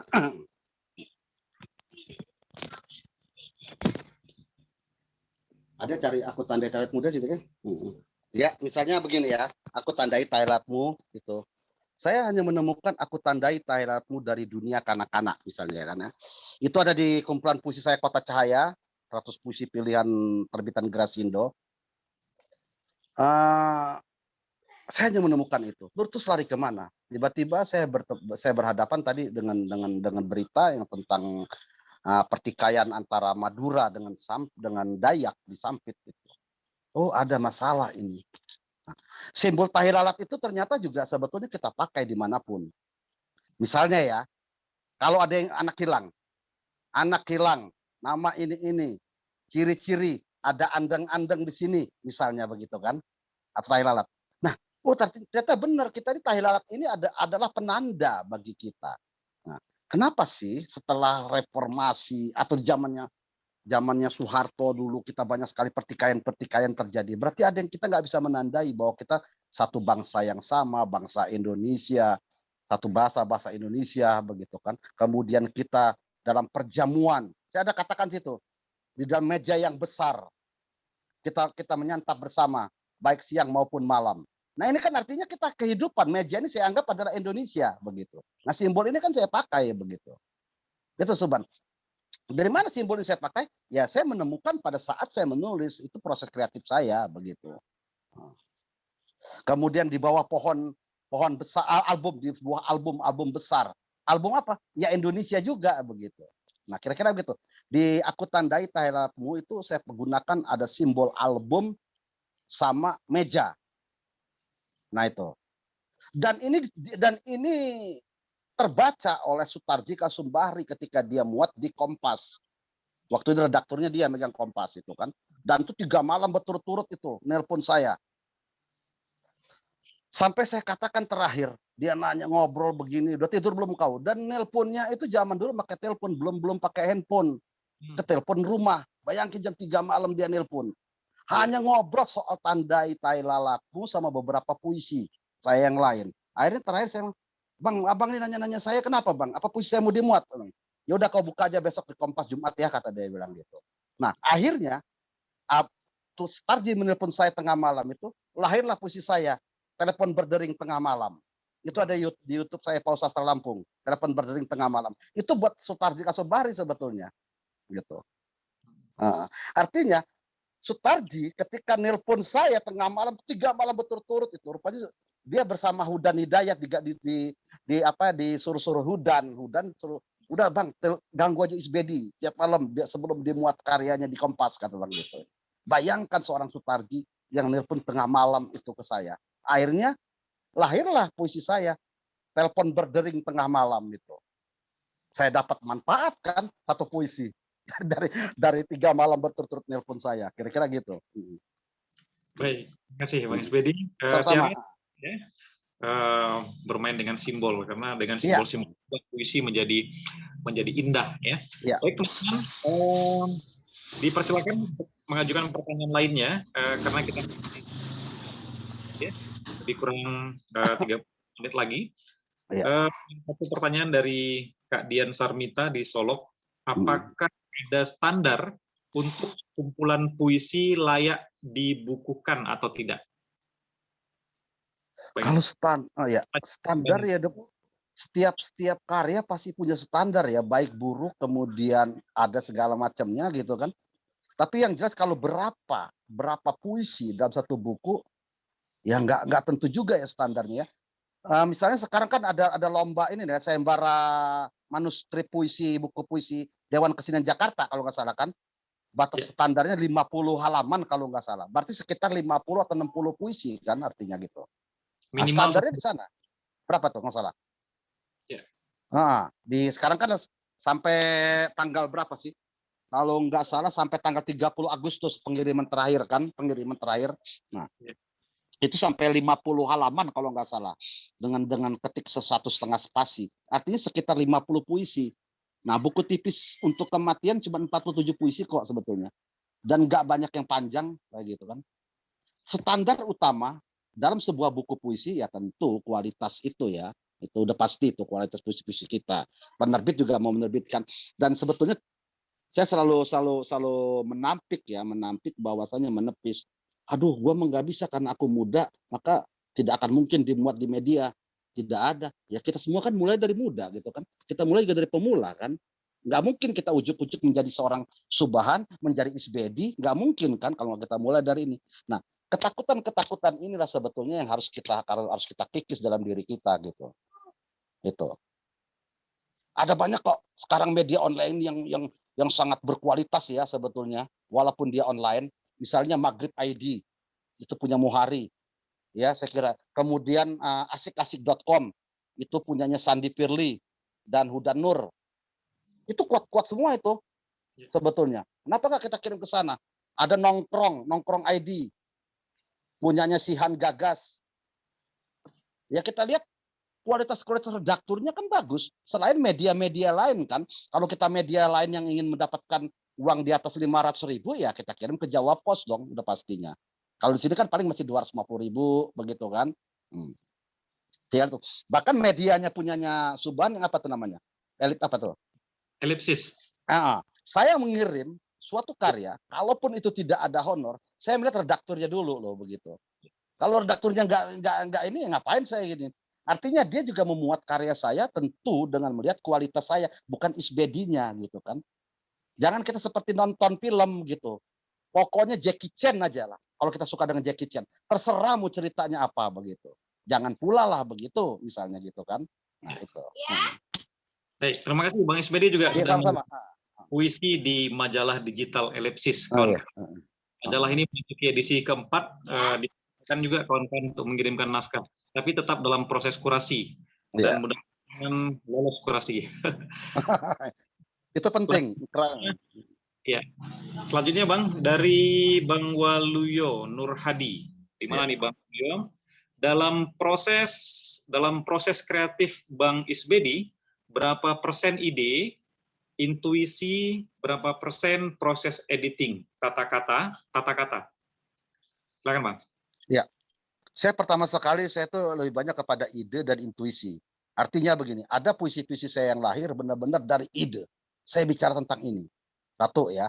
Tapi ada juga yang intuitif sekali. Artinya saya lepasin aja karya-karya yang apa tuh kalimat-kalimat yang saya anggap puitis. Tiba-tiba dia lahir ini. Nah, artinya dua-dua ini selalu berdekatan. Lalu berapa persen sih ide, berapa intuisi? Saya selalu menggunakan lebih banyak saya kepada intuitifnya. Karena ide itu kecenderungan adalah fakta kan. Iya kan? Nah, sementara puisi itu adalah fiktif kan, adalah fiksi. Maka tentu intuitif lebih besar daripada ide. Itu kan. Termasuk saya menulis misalnya puisi esai yang fakta-fakta itu, saya lebih banyak intuitif dan nggak bisa lepas kok itu. Walaupun saya di genre ini yang kemudian dibully orang, saya menggunakan tetap intuitif saya yang saya gunakan. Gitu kan. Intuitif saya artinya menjadi sebuah fiksi itu. Nah, kemudian pengoreksian artinya mengubah-ubah kata itu saya nggak terlalu banyak, saya cuma 20%. Itu sebabnya kelemahan saya, keburukan saya adalah di typo. Banyak sekali sebetulnya setelah jangankan itu tiba-tiba redakturnya ini saya, WA saya kalau sekarang kan, ini salah ketik nggak? Oh iya betul salah ketik kira-kira begitu. Betulnya begini kan? Iya saya bilang gitu. Nah, itu. sampai sekarang saya kelemahan saya dan keburukan saya itu adalah typo gitu kan. Typo itu sangat ini sekali. Gitu. Artinya editing mengganti itu sedikit sekali. Mengganti kata-kata. Oh ini begini sedikit sekali gitu kan. Bahkan yang saya sudah lempar di Facebook pasti ada terjadi perubahan itu. Pertama saya kirim begini, atau yang baru lahir tadi pagi, masalah siang. Saya terakhir puisimu misalnya. Kok gak enak amat ini ya. Saya jadi puisi aja misalnya gitu kan. Rahasia di dalam puisi. Udah. Kalau dalam rahasia di dalam puisimu kok kayaknya nggak enak ini. Saya buang puisimu ini satu lagi. Jadi puisi aja. Nah itu. Kalau nggak salah sore dan sebuah puisi. Di Facebook bisa dibuka saya itu. Nah itu intuitif sekali itu. Nggak ada ide saya mau ngomong apa gitu. Kira-kira gitu. Oke, Bang, terima kasih. Selanjutnya pertanyaan di puisi-puisi yang Bang SBD tulis, Bang SBD lahirkan, rentang jarak sebelum mengirim ke media itu berapa lama? Apakah selesai tulis langsung kirim, atau melalui proses kontemplasi dulu, atau ada proses-proses lain? Ya, kalau untuk kirim ke media massa, saya lebih banyak atau kontemplasi, nggak langsung saya kirim. Ya. Nah, jadi saya kirim itu biasanya sekaligus dari media. 6-7 puisi ini saya kirim berat ke sana. Yang ini ke sini, ini sini. Kemarin kalau nggak salah saya ngirim sampai sekitar 10. Saya buka aja nih. Persoalan dimuat atau tidak itu persoalan adalah urusan redaktur kan, dalam pengertian begitu. Kalau nggak salah 10. 10 ini sekali kirim, Bang? Sekali kirim ke 10 ya. Dikirim ke 10 media, tentu dengan judul-judul berbeda. Iya, dengan puisi yang berbeda juga. Saya nggak mau di blacklist kan, atau Suban. Satu puisi dimuat di sekian media. Nih misalnya, saya kirim ke Tempo, saya kirim ke Gaksa, ke Koran Merapi, saya kirim ke Minggu Pagi, saya kirim ke redaksi NU, ke Hasanah Pikiran Rakyat, ke Telembukiyah, gitu, ke Maghrib, ke Nongkrong, gitu. Kemudian ke Bastra, KB Sultra. Nah, itu. Kira-kira itu saya kirim ya. Kemudian ke Baca Petra juga saya kirim asik-asik.com. Nah, jadi artinya saya sekali ngirim itu. Jadi kalau 10 puisi, 10 media yang saya kirim, berarti saya harus menyiapkan sekitar 6 kali 5 lah taruhlah ya. 6 kali 5 atau 7. Taruhlah rata-rata 65. Berarti 30 puisi gitu. 6 nah, tinggal puisi. Iya, misalnya satu media 6 aja gitu kan. Berarti 6 kali 6 36 kan.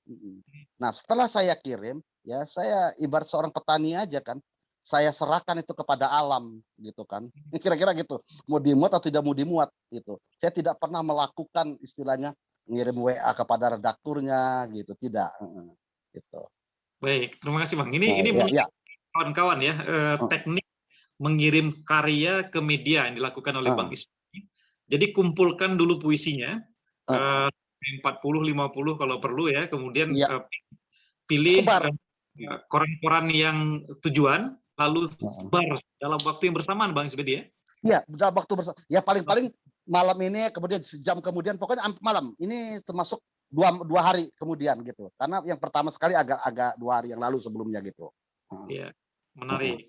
Kadang-kadang ada penulis yang kirim satu tulisan, menunggu karyanya terbit dulu atau tidak, baru nulis baru kan begitu.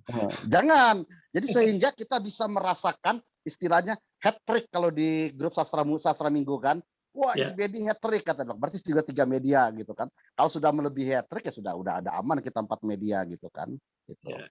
Dan terakhir Beniarnas ya cerpennya. Ya, hat trick kan. Nah, kira-kira. Saya yakin itu sama seperti kita begitu kirim kemana begitu kan. Sudah itu metiklah dia gitu kan sebagai petani kan. Itu. Baik Bang, terima kasih. Selanjutnya Fadila di Payakumbuh 50 kota. Sastra itu hanya dinikmati para penikmat sastra saja atau bagaimana?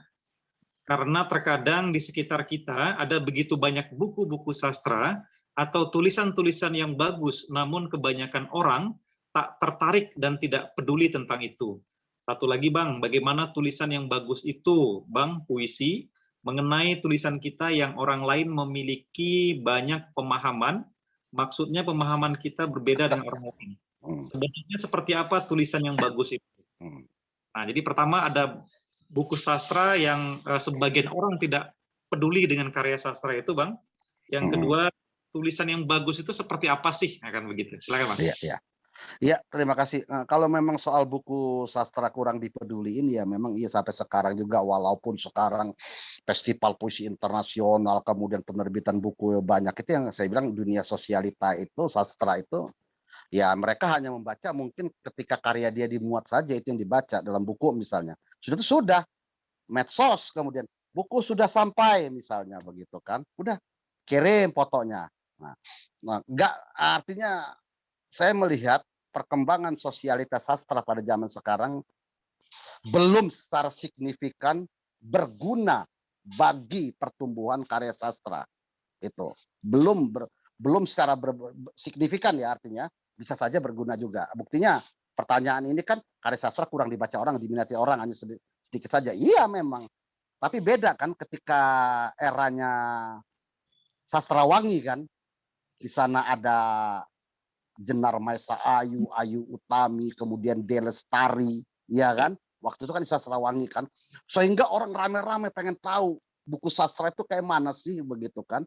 Dan saya dapat manfaatnya waktu itu kan. Gramedia tiba-tiba meng-email saya minta kumpulan cerpen. Lahirlah yang seandainya kau jadikan. Sejumlah penerbit juga minta begitu. Membludak itu kan karya sastra, banyak yang mau membeli gitu. Penerbit juga banyak yang mau minta kepada pengarang begitu. Berbeda sekarang dengan sosialitas sastra sini. Secara signifikan artinya tidak berguna. Benar pertanyaan tadi. Karya sastra hanya dinikmati oleh orang-orang tertentu saja. Jangan-jangan orang tertentu itu juga belum tentu menikmati karya yang lain. Misalnya apakah iya saya membaca karya-karya Suban, apakah Suban iya juga membaca karya saya? Kalau dalam satu antologi, jangan-jangan saya aja membaca karya saya sendiri. Nggak munafik loh, misalnya begitu. Wah, sudah, kemudian kita foto kan, wah buku puisiku dimuat di sini begitu kan, kirim ke medsos begitu kan. Ditambah lagi dengan kaos-kaosnya itu misalnya begitu.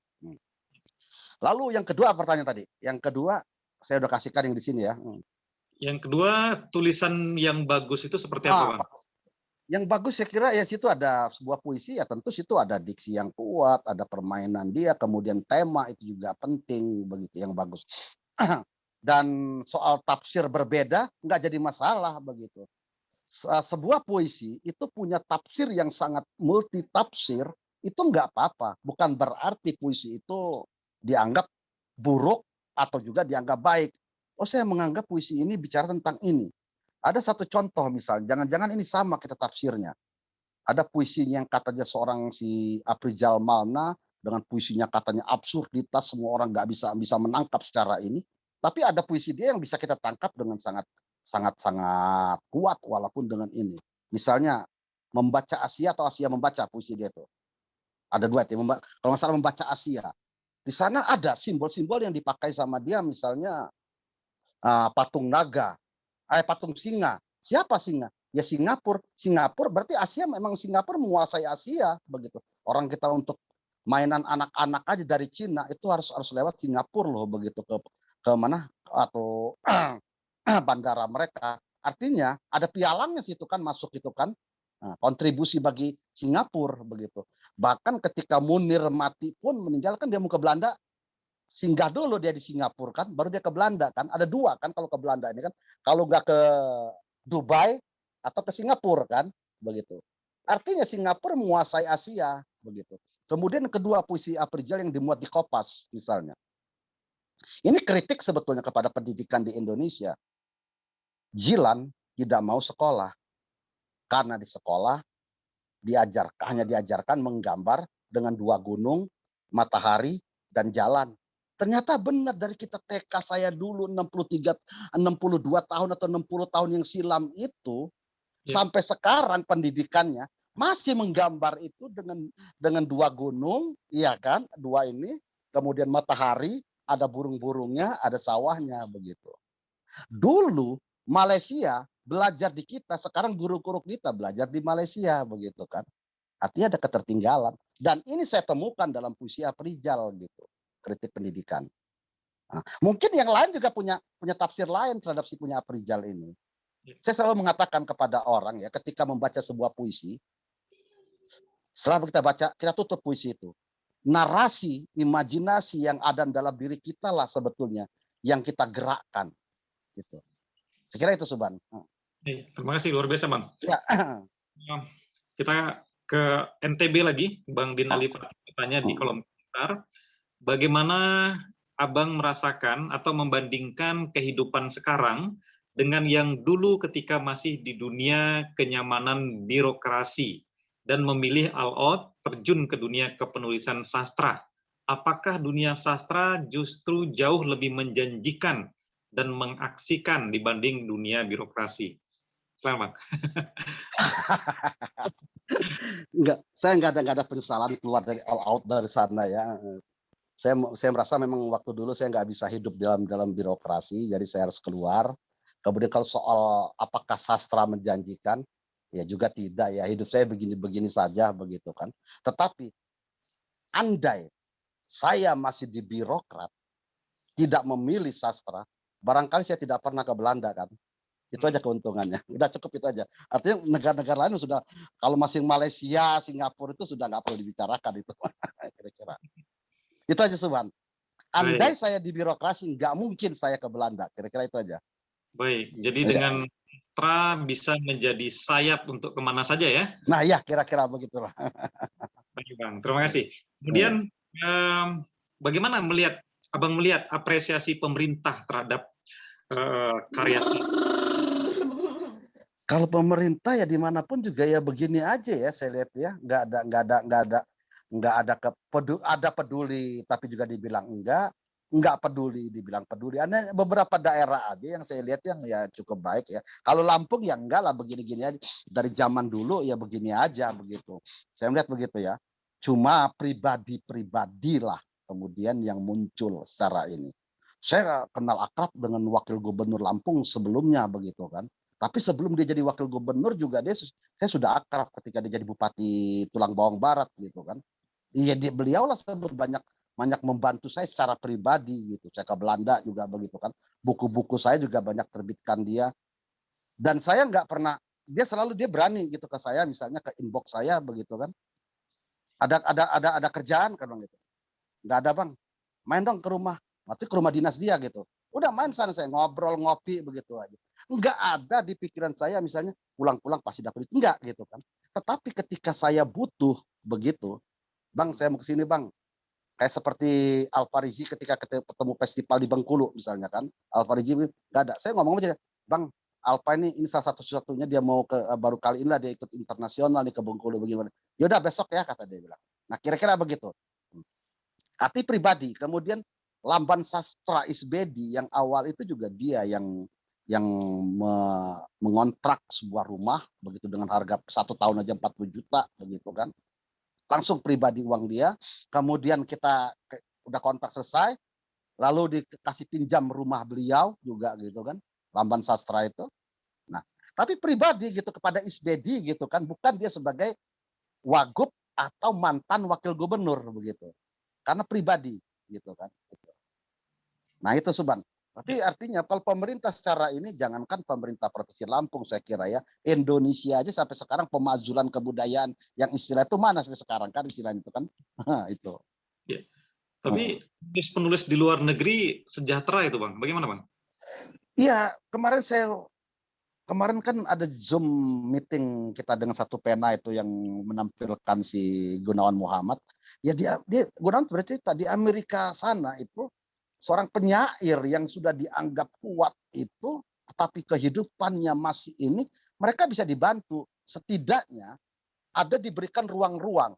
Misalnya, Isbedi di Lampung ini berhasil gini, begitu kan istilahnya kan. Di Unila dikasih ruang gitu untuk mengajar misalnya. Artinya kehidupan dia bisa diiniin kan, begitu kan. Nah di Indonesia ya betapa saya kira akan terulang terus ya. Hairil yang mati bagaimana, kemudian Nasah yang mati di kamar kontrakan, begitu kan. Gitu. Bahkan Hamzat Rangkuti akhir-akhir ini sangat menyedihkan kan. Gitu. Indonesia memang sejarah akan muncul ketika seseorang yang sudah meninggal, gitu kan? Itu. Atau karena terlalu banyak penulis di Indonesia, Bang ya? Iya, iya. Banyak penulis, kemudian ya setiap daerah banyak, saya kira begitu. Kalau Malaysia kan sedikit atau daerahnya kecil begitu kan, ya mereka ada kesejahteraan kabarnya begitu kan, apalagi kalau sudah jadi SPN ya kan, sastrawan negaranya gitu kan, misalnya begitu kan, udah aman lah hidup mereka begitu kan. Ya, baik. Tapi khawatir juga Soban, kalau seorang sastrawan itu kaya juga khawatir sih Soban, nggak bisa berkarya lagi gitu kan. Itu yang kritisnya ya.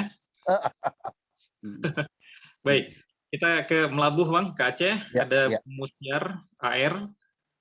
Karena Bang Isbedi juga menulis cerpen, bagaimana membangun tokoh dalam sebuah cerpen, dan saya sering terhambat di dalam ini.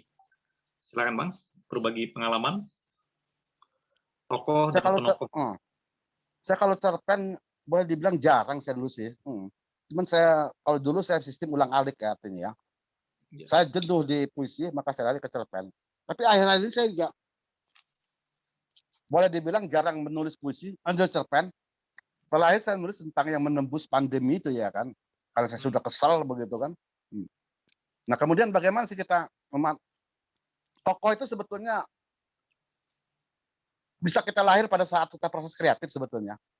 Saya nggak pernah itu, oh tokoh ini adalah laki misalnya, oh tokoh ini harus saya pakai gunakan adalah perempuan, tokoh ini dengan karakter begini. Enggak, saya nggak mengalir. Tapi untungnya dalam cerpen ataupun puisi, narasi-narasi di cerpen saya cenderung kepada gaya-gaya puisi begitu. Barangkali ini menguntungkan bagi saya untuk cepat lancar begitu. Itu. Dan cerpen saya kalau saya kira yang saya anggap berhasil ya saya kira ya. Ketika saya ikut lomba sayembara penulisan puisi dan cerpen kebudayaan apa tuh Dinas Kebudayaan dan Pariwisata Jakarta DKI kan, Dinas Kebudayaan DKI. Saya di cerpen menang, di puisi menang kan, artinya gitu kan. Saya sederhana aja, saya ngambil tokoh-tokoh diri saya, tokoh aku, kemudian tokoh anak. Hanya itu aja men. 2 tokoh ini aja yang saya mainkan begitu. Yang judulnya Seekor Kucing Tersesat di Bundaran HI. Nah, itu. Saya nggak terlalu banyak, saya jarang memakai tokoh lebih dari 4. Paling terbanyak 1 ialah saya sendiri, atau paling sedikit saya sendiri aku, atau 2 atau 3 lah, pasti 3 lah. Gitu.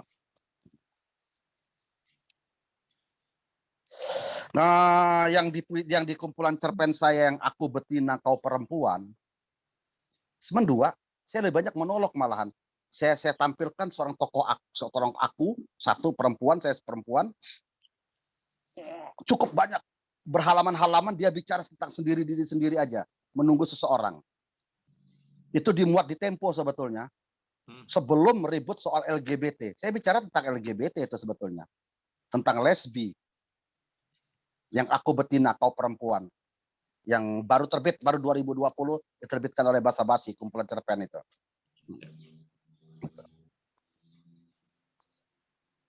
Itu Suban. Jadi tokoh kalau bisa sebetulnya ya, kecuali kita punya narasi-narasi yang banyak, dialog-dialog yang banyak, boleh melebihi dari 3 atau 4 tokoh begitu. Tapi kalau di novel iyalah harus banyak kan, biar bisa manjang-manjang kan itu. Ya baik, terima kasih Bang Isbedi. Kemudian dari Aceh kita kembali ke kalau tadi Melabuh, sekarang Muara Labuh. Waduh. Ya. Ada Kak Dian Mita. Bang Isbedi, saya belajar cukup banyak tentang puisi, tapi secara teori. Apaan? Halo? Putus. Halo? Dia banyak belajar puisi, tetapi teori.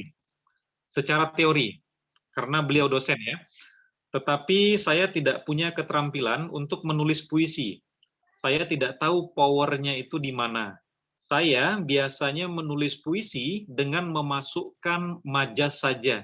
bisa dikatakan puisi ala pelajar yang sengaja memperlihatkan majas saja.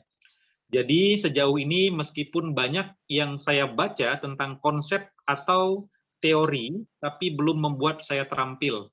Saya juga mencoba dengan mencari suasana dan melihat sesuatu yang dapat memancing imajinasi, tetapi tetap ala pelajar dengan menonjolkan majas.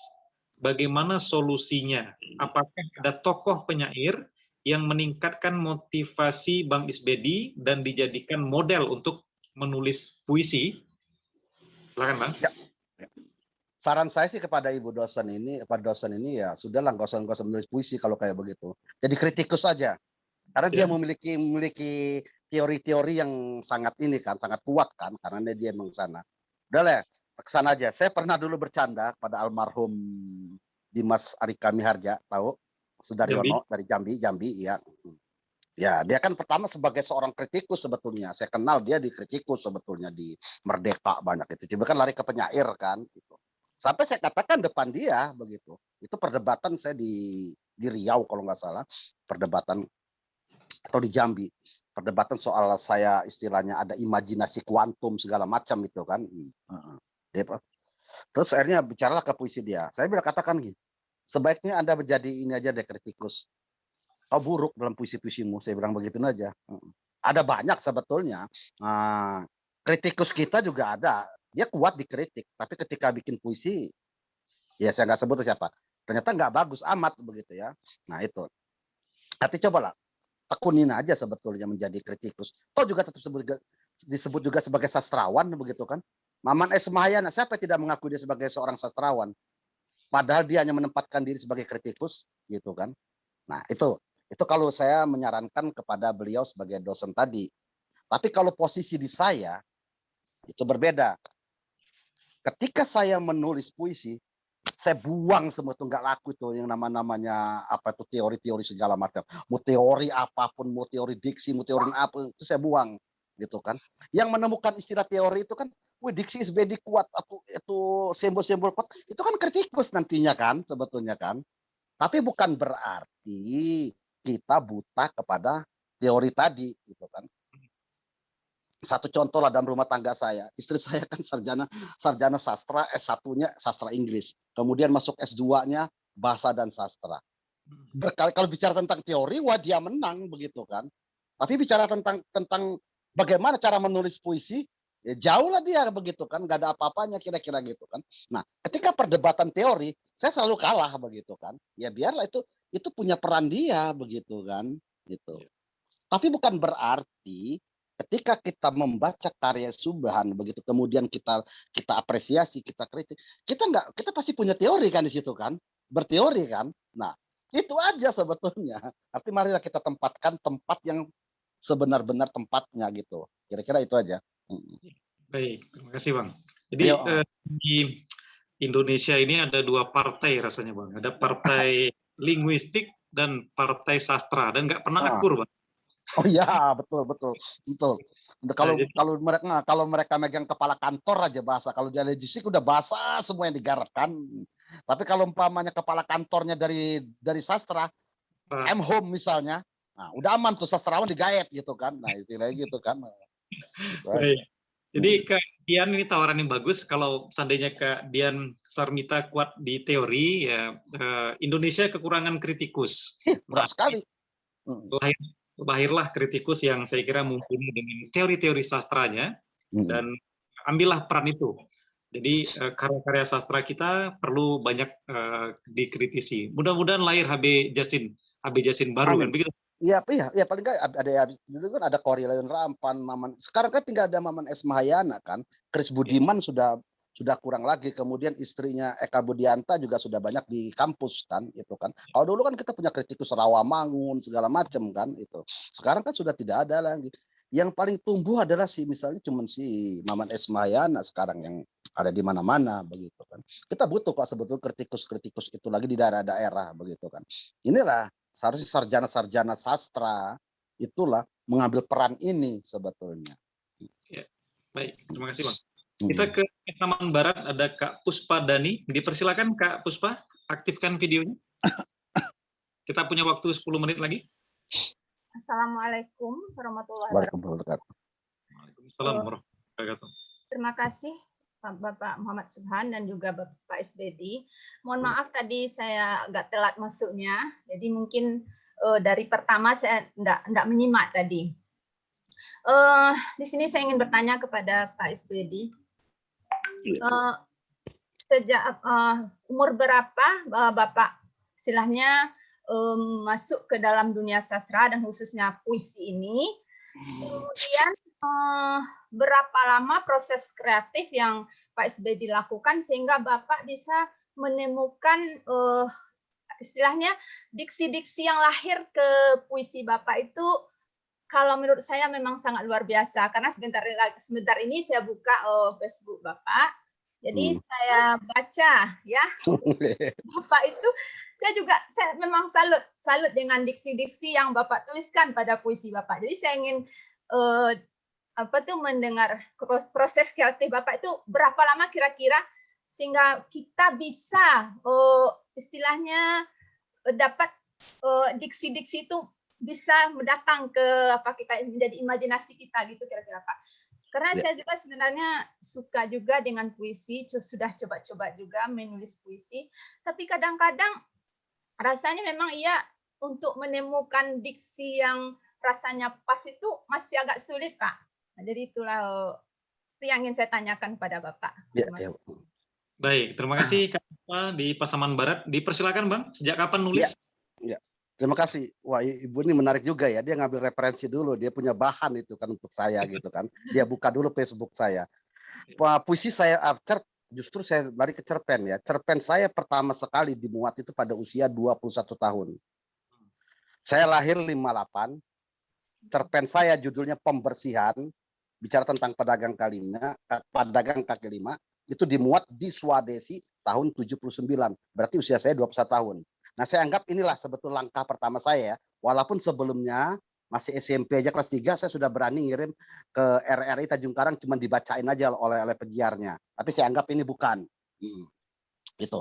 Nah, kemudian setelah cerpen saya dimuat ini, saya terus berkarya cerpen puisi gitu kan. Nah, waktu dulu saya kan ngajar begini misalnya. Sekali dimuat di Swadesi, saya tumbuh terus Swadesi ini sampai berkali-kali. Setelah itu baru saya pindah ke media lain. Nah, itu Subhan. Nah, pada zaman dulu, kemudian 84 itu karya saya, 83 lebih dulu sudah dimuat di Berita Buana. Itu sebabnya ketika tahun 83 Forum Penyair Indonesia 83, saya sudah berani ke tim. Saya bertemu dengan Abdul DWM yang waktu itu penyair 83 itu kan adalah misalnya Darman Munir, Hamid Jabar ya, kemudian almarhum dari mana Sumatera Utara itu kan, maksud Damiri Muhammad gitu kan, Damiri itu ya. Nah, itu 83 saya sudah berani ke sana. Saya merasa situ saya sebagai kepenyairan. Lalu almarhum Kori Layun Rampan, ini awal-awal puisi saya juga dibilang terpengaruh oleh Abdul Hadi WM, diksi-diksi saya. Kemudian dianggap katanya ada lagi terpengaruh oleh Sapardi Djoko Damono, ada Gaya Hail Anwar dan Gunawan Muhammad.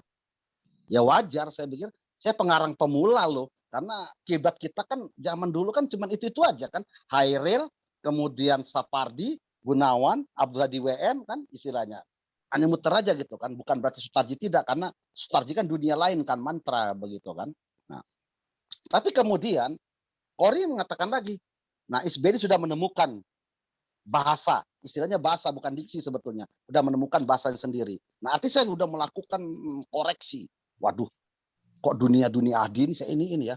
Tapi wajar, karena seorang pengarang awal itu pasti akan terpengaruh dengan tokoh-tokoh yang ada itu.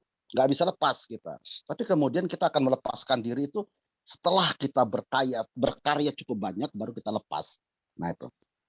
Lalu sampai sekarang saya juga masih terus mencari diksi-diksi yang kata Ibu tadi, diksi-diksi saya agak lain di Facebook. Iya, karena saya berkarya terus itu saya pencarian tuh. Jangankan diksi, dalam bentuk tipografi pun saya melakukan begitu. Perubahan, perombakan terus. Ya, pada akhirnya saya percaya kepada peribahasa. Allah bisa karena biasa.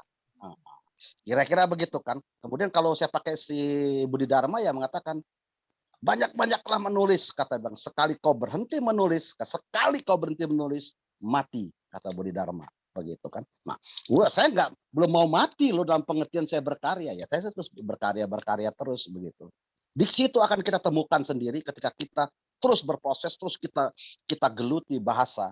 Karena bahasa kita sendiri kok, bahasa Indonesia, dan seorang penyair itu adalah sebetulnya ya seni berbahasa. Puisi itu adalah seni berbahasa. Nah, penyair bagaimana sih menggunakan bahasa itu menjadi art tadi gitu kan. Ya kita bermain-main di sana gitu. Bermain-main tentu bermain-main yang kita bukan berarti bermain-main sembrono begitu kan. Bermain-bermain kita bermain-main serius begitu. Gitu. Oh ya. Luar biasa sekali. Iya Bu. Makasih. Pak Puspa, jadi memang butuh proses yang panjang sampai Ya, akhirnya Bang Isbedi berada pada titik hari ini. Nah, titik hari ini. Pun masih terus berproses. Tentu kawan-kawan yang menulis daring yang jauh lebih muda dari Bang Isbedi, ya kita jangan kalah lah. Kalau bisa. Harus jangan. Saya selalu mengatakan kan, kalau Isbedi sudah punya menara di sini, ya kita harus bikin menara lagi dong yang muda itu kalau bisa. Kalau tidak bisa di depan ya paling nggak sama begitu kan. Nah kira-kira begitu. Jangan nyuruh Isbedi menara dijatuhkan, dirubuhkan baru dia mau tampil. Jangan juga begitu. Ya, nyalakan lilin masing-masing ya. Iya kira-kira begitu. Baik, 9 menit terakhir Bang sebagai closing statement barangkali karena banyak pertanyaan sebenarnya dari kawan-kawan tapi waktu kita dibatasi. Dan Bang Isbedi juga letih sekali karena tadi juri FLS 2N juga, mohon maaf. Enggak, kemarin ini penutupan aja udah. Baik, nah, mungkin barangkali ada sedikit pesan Bang Isbedi untuk kawan-kawan sehingga mereka tetap bertahan. Karena banyak sekali Bang Isbedi bahwa ketika masuk ke sebuah komunitas, ke sebuah kelas, ya setahun 2 tahun semangatnya luar biasa. Tapi setelah itu menghilang, Bang. Menghilang apalagi ketika masuk ke jenjang pernikahan atau mereka tidak menemukan apa yang dicari di ranah menulis. Misalnya popularitas belum dapat, uang belum dapat, dan lain sebagainya. Nah, nasihati kami, Bang. Ya, saya kira di komunitas itu sangat penting ya. Berdiskusilah kita itu karena situ sehat ya. Kemudian saya selalu gunakan pada kawan-kawan, mana puisimu kita bahas, mana puisi ini kita saling bahas, kita saling bahas. Umpamanya karya saya kasihkan kepada kawan, abang dong lihat nih begitu, kayak mana nih kritik. Nah begitu kita berputar diskusinya di sana. Kalau kita ada nggak daring, saya kira kita enak kan, kelompok begitu kan, saling diskusi, saling hujat, saling apa begitu kan. Ya, hujat dalam pengertian di ranah situ aja kan, di lingkaran itu aja. Saya kira komunitas itu sangat subur kok untuk melahirkan para penyair, melahirkan karya begitu kan. Setelah jadi mah boleh kita sendiri-sendiri. Karena penyair itu selalu hidup dalam individualis itu kan, itu pasti. Berbeda dengan teater kan. Kalau teater dia harus kelompok kan. Nah itu. Nah, tetapi individualis juga tidak akan bisa melahirkan kita besar. Maka kita perlu juga dialog gitu. Saya kira itu. Nah, sebagai penutup saya bacain aja lah. Salah satu puisi saya yang judul tadi yang masuk ke tubuh anak-anak. Yang satu aja, kalau dua akan panjang. Ya, silakan Bang. Ya. Silakan Bang. Masuk ke tubuh anak-anak. 1. Masuklah ke tubuh anak-anak. Dengar derap riangnya. Nikmati nyanyian. Tak tahu rasa sumbangnya. Sebab cemas itu bukan miliknya. Ketakutan telah diserahkan pada ibu ayahnya. Pemegang waris yang sah. Masuklah ke telinga anak-anak. Ambil bisikan atau suara yang sampai di sana. Ia akan bilang, suara atau bisikan yang datang. Segera kulontarkan ke telinga orang tua. Pemilik telinga yang tak diwarisi ke anak-anak. Bahkan untuk dusta dan janji yang selalu dilupakan, anak-anak dilarang menerima jejaknya. Anak-anak, Tak dilarang bermain di pasir, di halaman rumah, bilik-bilik dunia maya. Di sini tiada dusta dan orang-orang tampak suci. Mata kami masih awas dan mesti waspada, kata mata anak-anak. Di tangannya segenggam telepon cerdik. 2021. Terima kasih. Luar biasa. Terima kasih, Bang Isbedi. Ya, Teman-teman, Bagus. ya, pembacaan puisi tadi. Nah, ini kado istimewa untuk teman-teman kelas penulis daring ya. Penyair Pak Ustadz Lampung membacakan puisinya di kelas penulis daring. Ini sejarah saya kira. Bang Isbedi, terima kasih banyak. Ya, terima kasih sama Juan. Ilmu dan waktunya, Bang. Mohon maaf. Ya, sehat semua ya. Ayo. Dan teman-teman sekalian, dengan berakhirnya pembacaan puisi Bang Isbedi tadi, maka kelas kita sesi pekan ini kita tutup dan kita bertemu pada pekan berikutnya. Kita ucapkan banyak terima kasih sekali lagi kepada Bang Isbedi Setiawan ZS. Perbanyak maaf, saya moderator Muhammad Subhan. Assalamualaikum warahmatullahi wabarakatuh. Waalaikumsalam warahmatullahi wabarakatuh. Terima kasih banyak, Bang. Ya, sama-sama Subhan ya. Yuk, saya live ya. Bang. Yuk. Ya. Silakan tim kreatif menutup pintu kelas.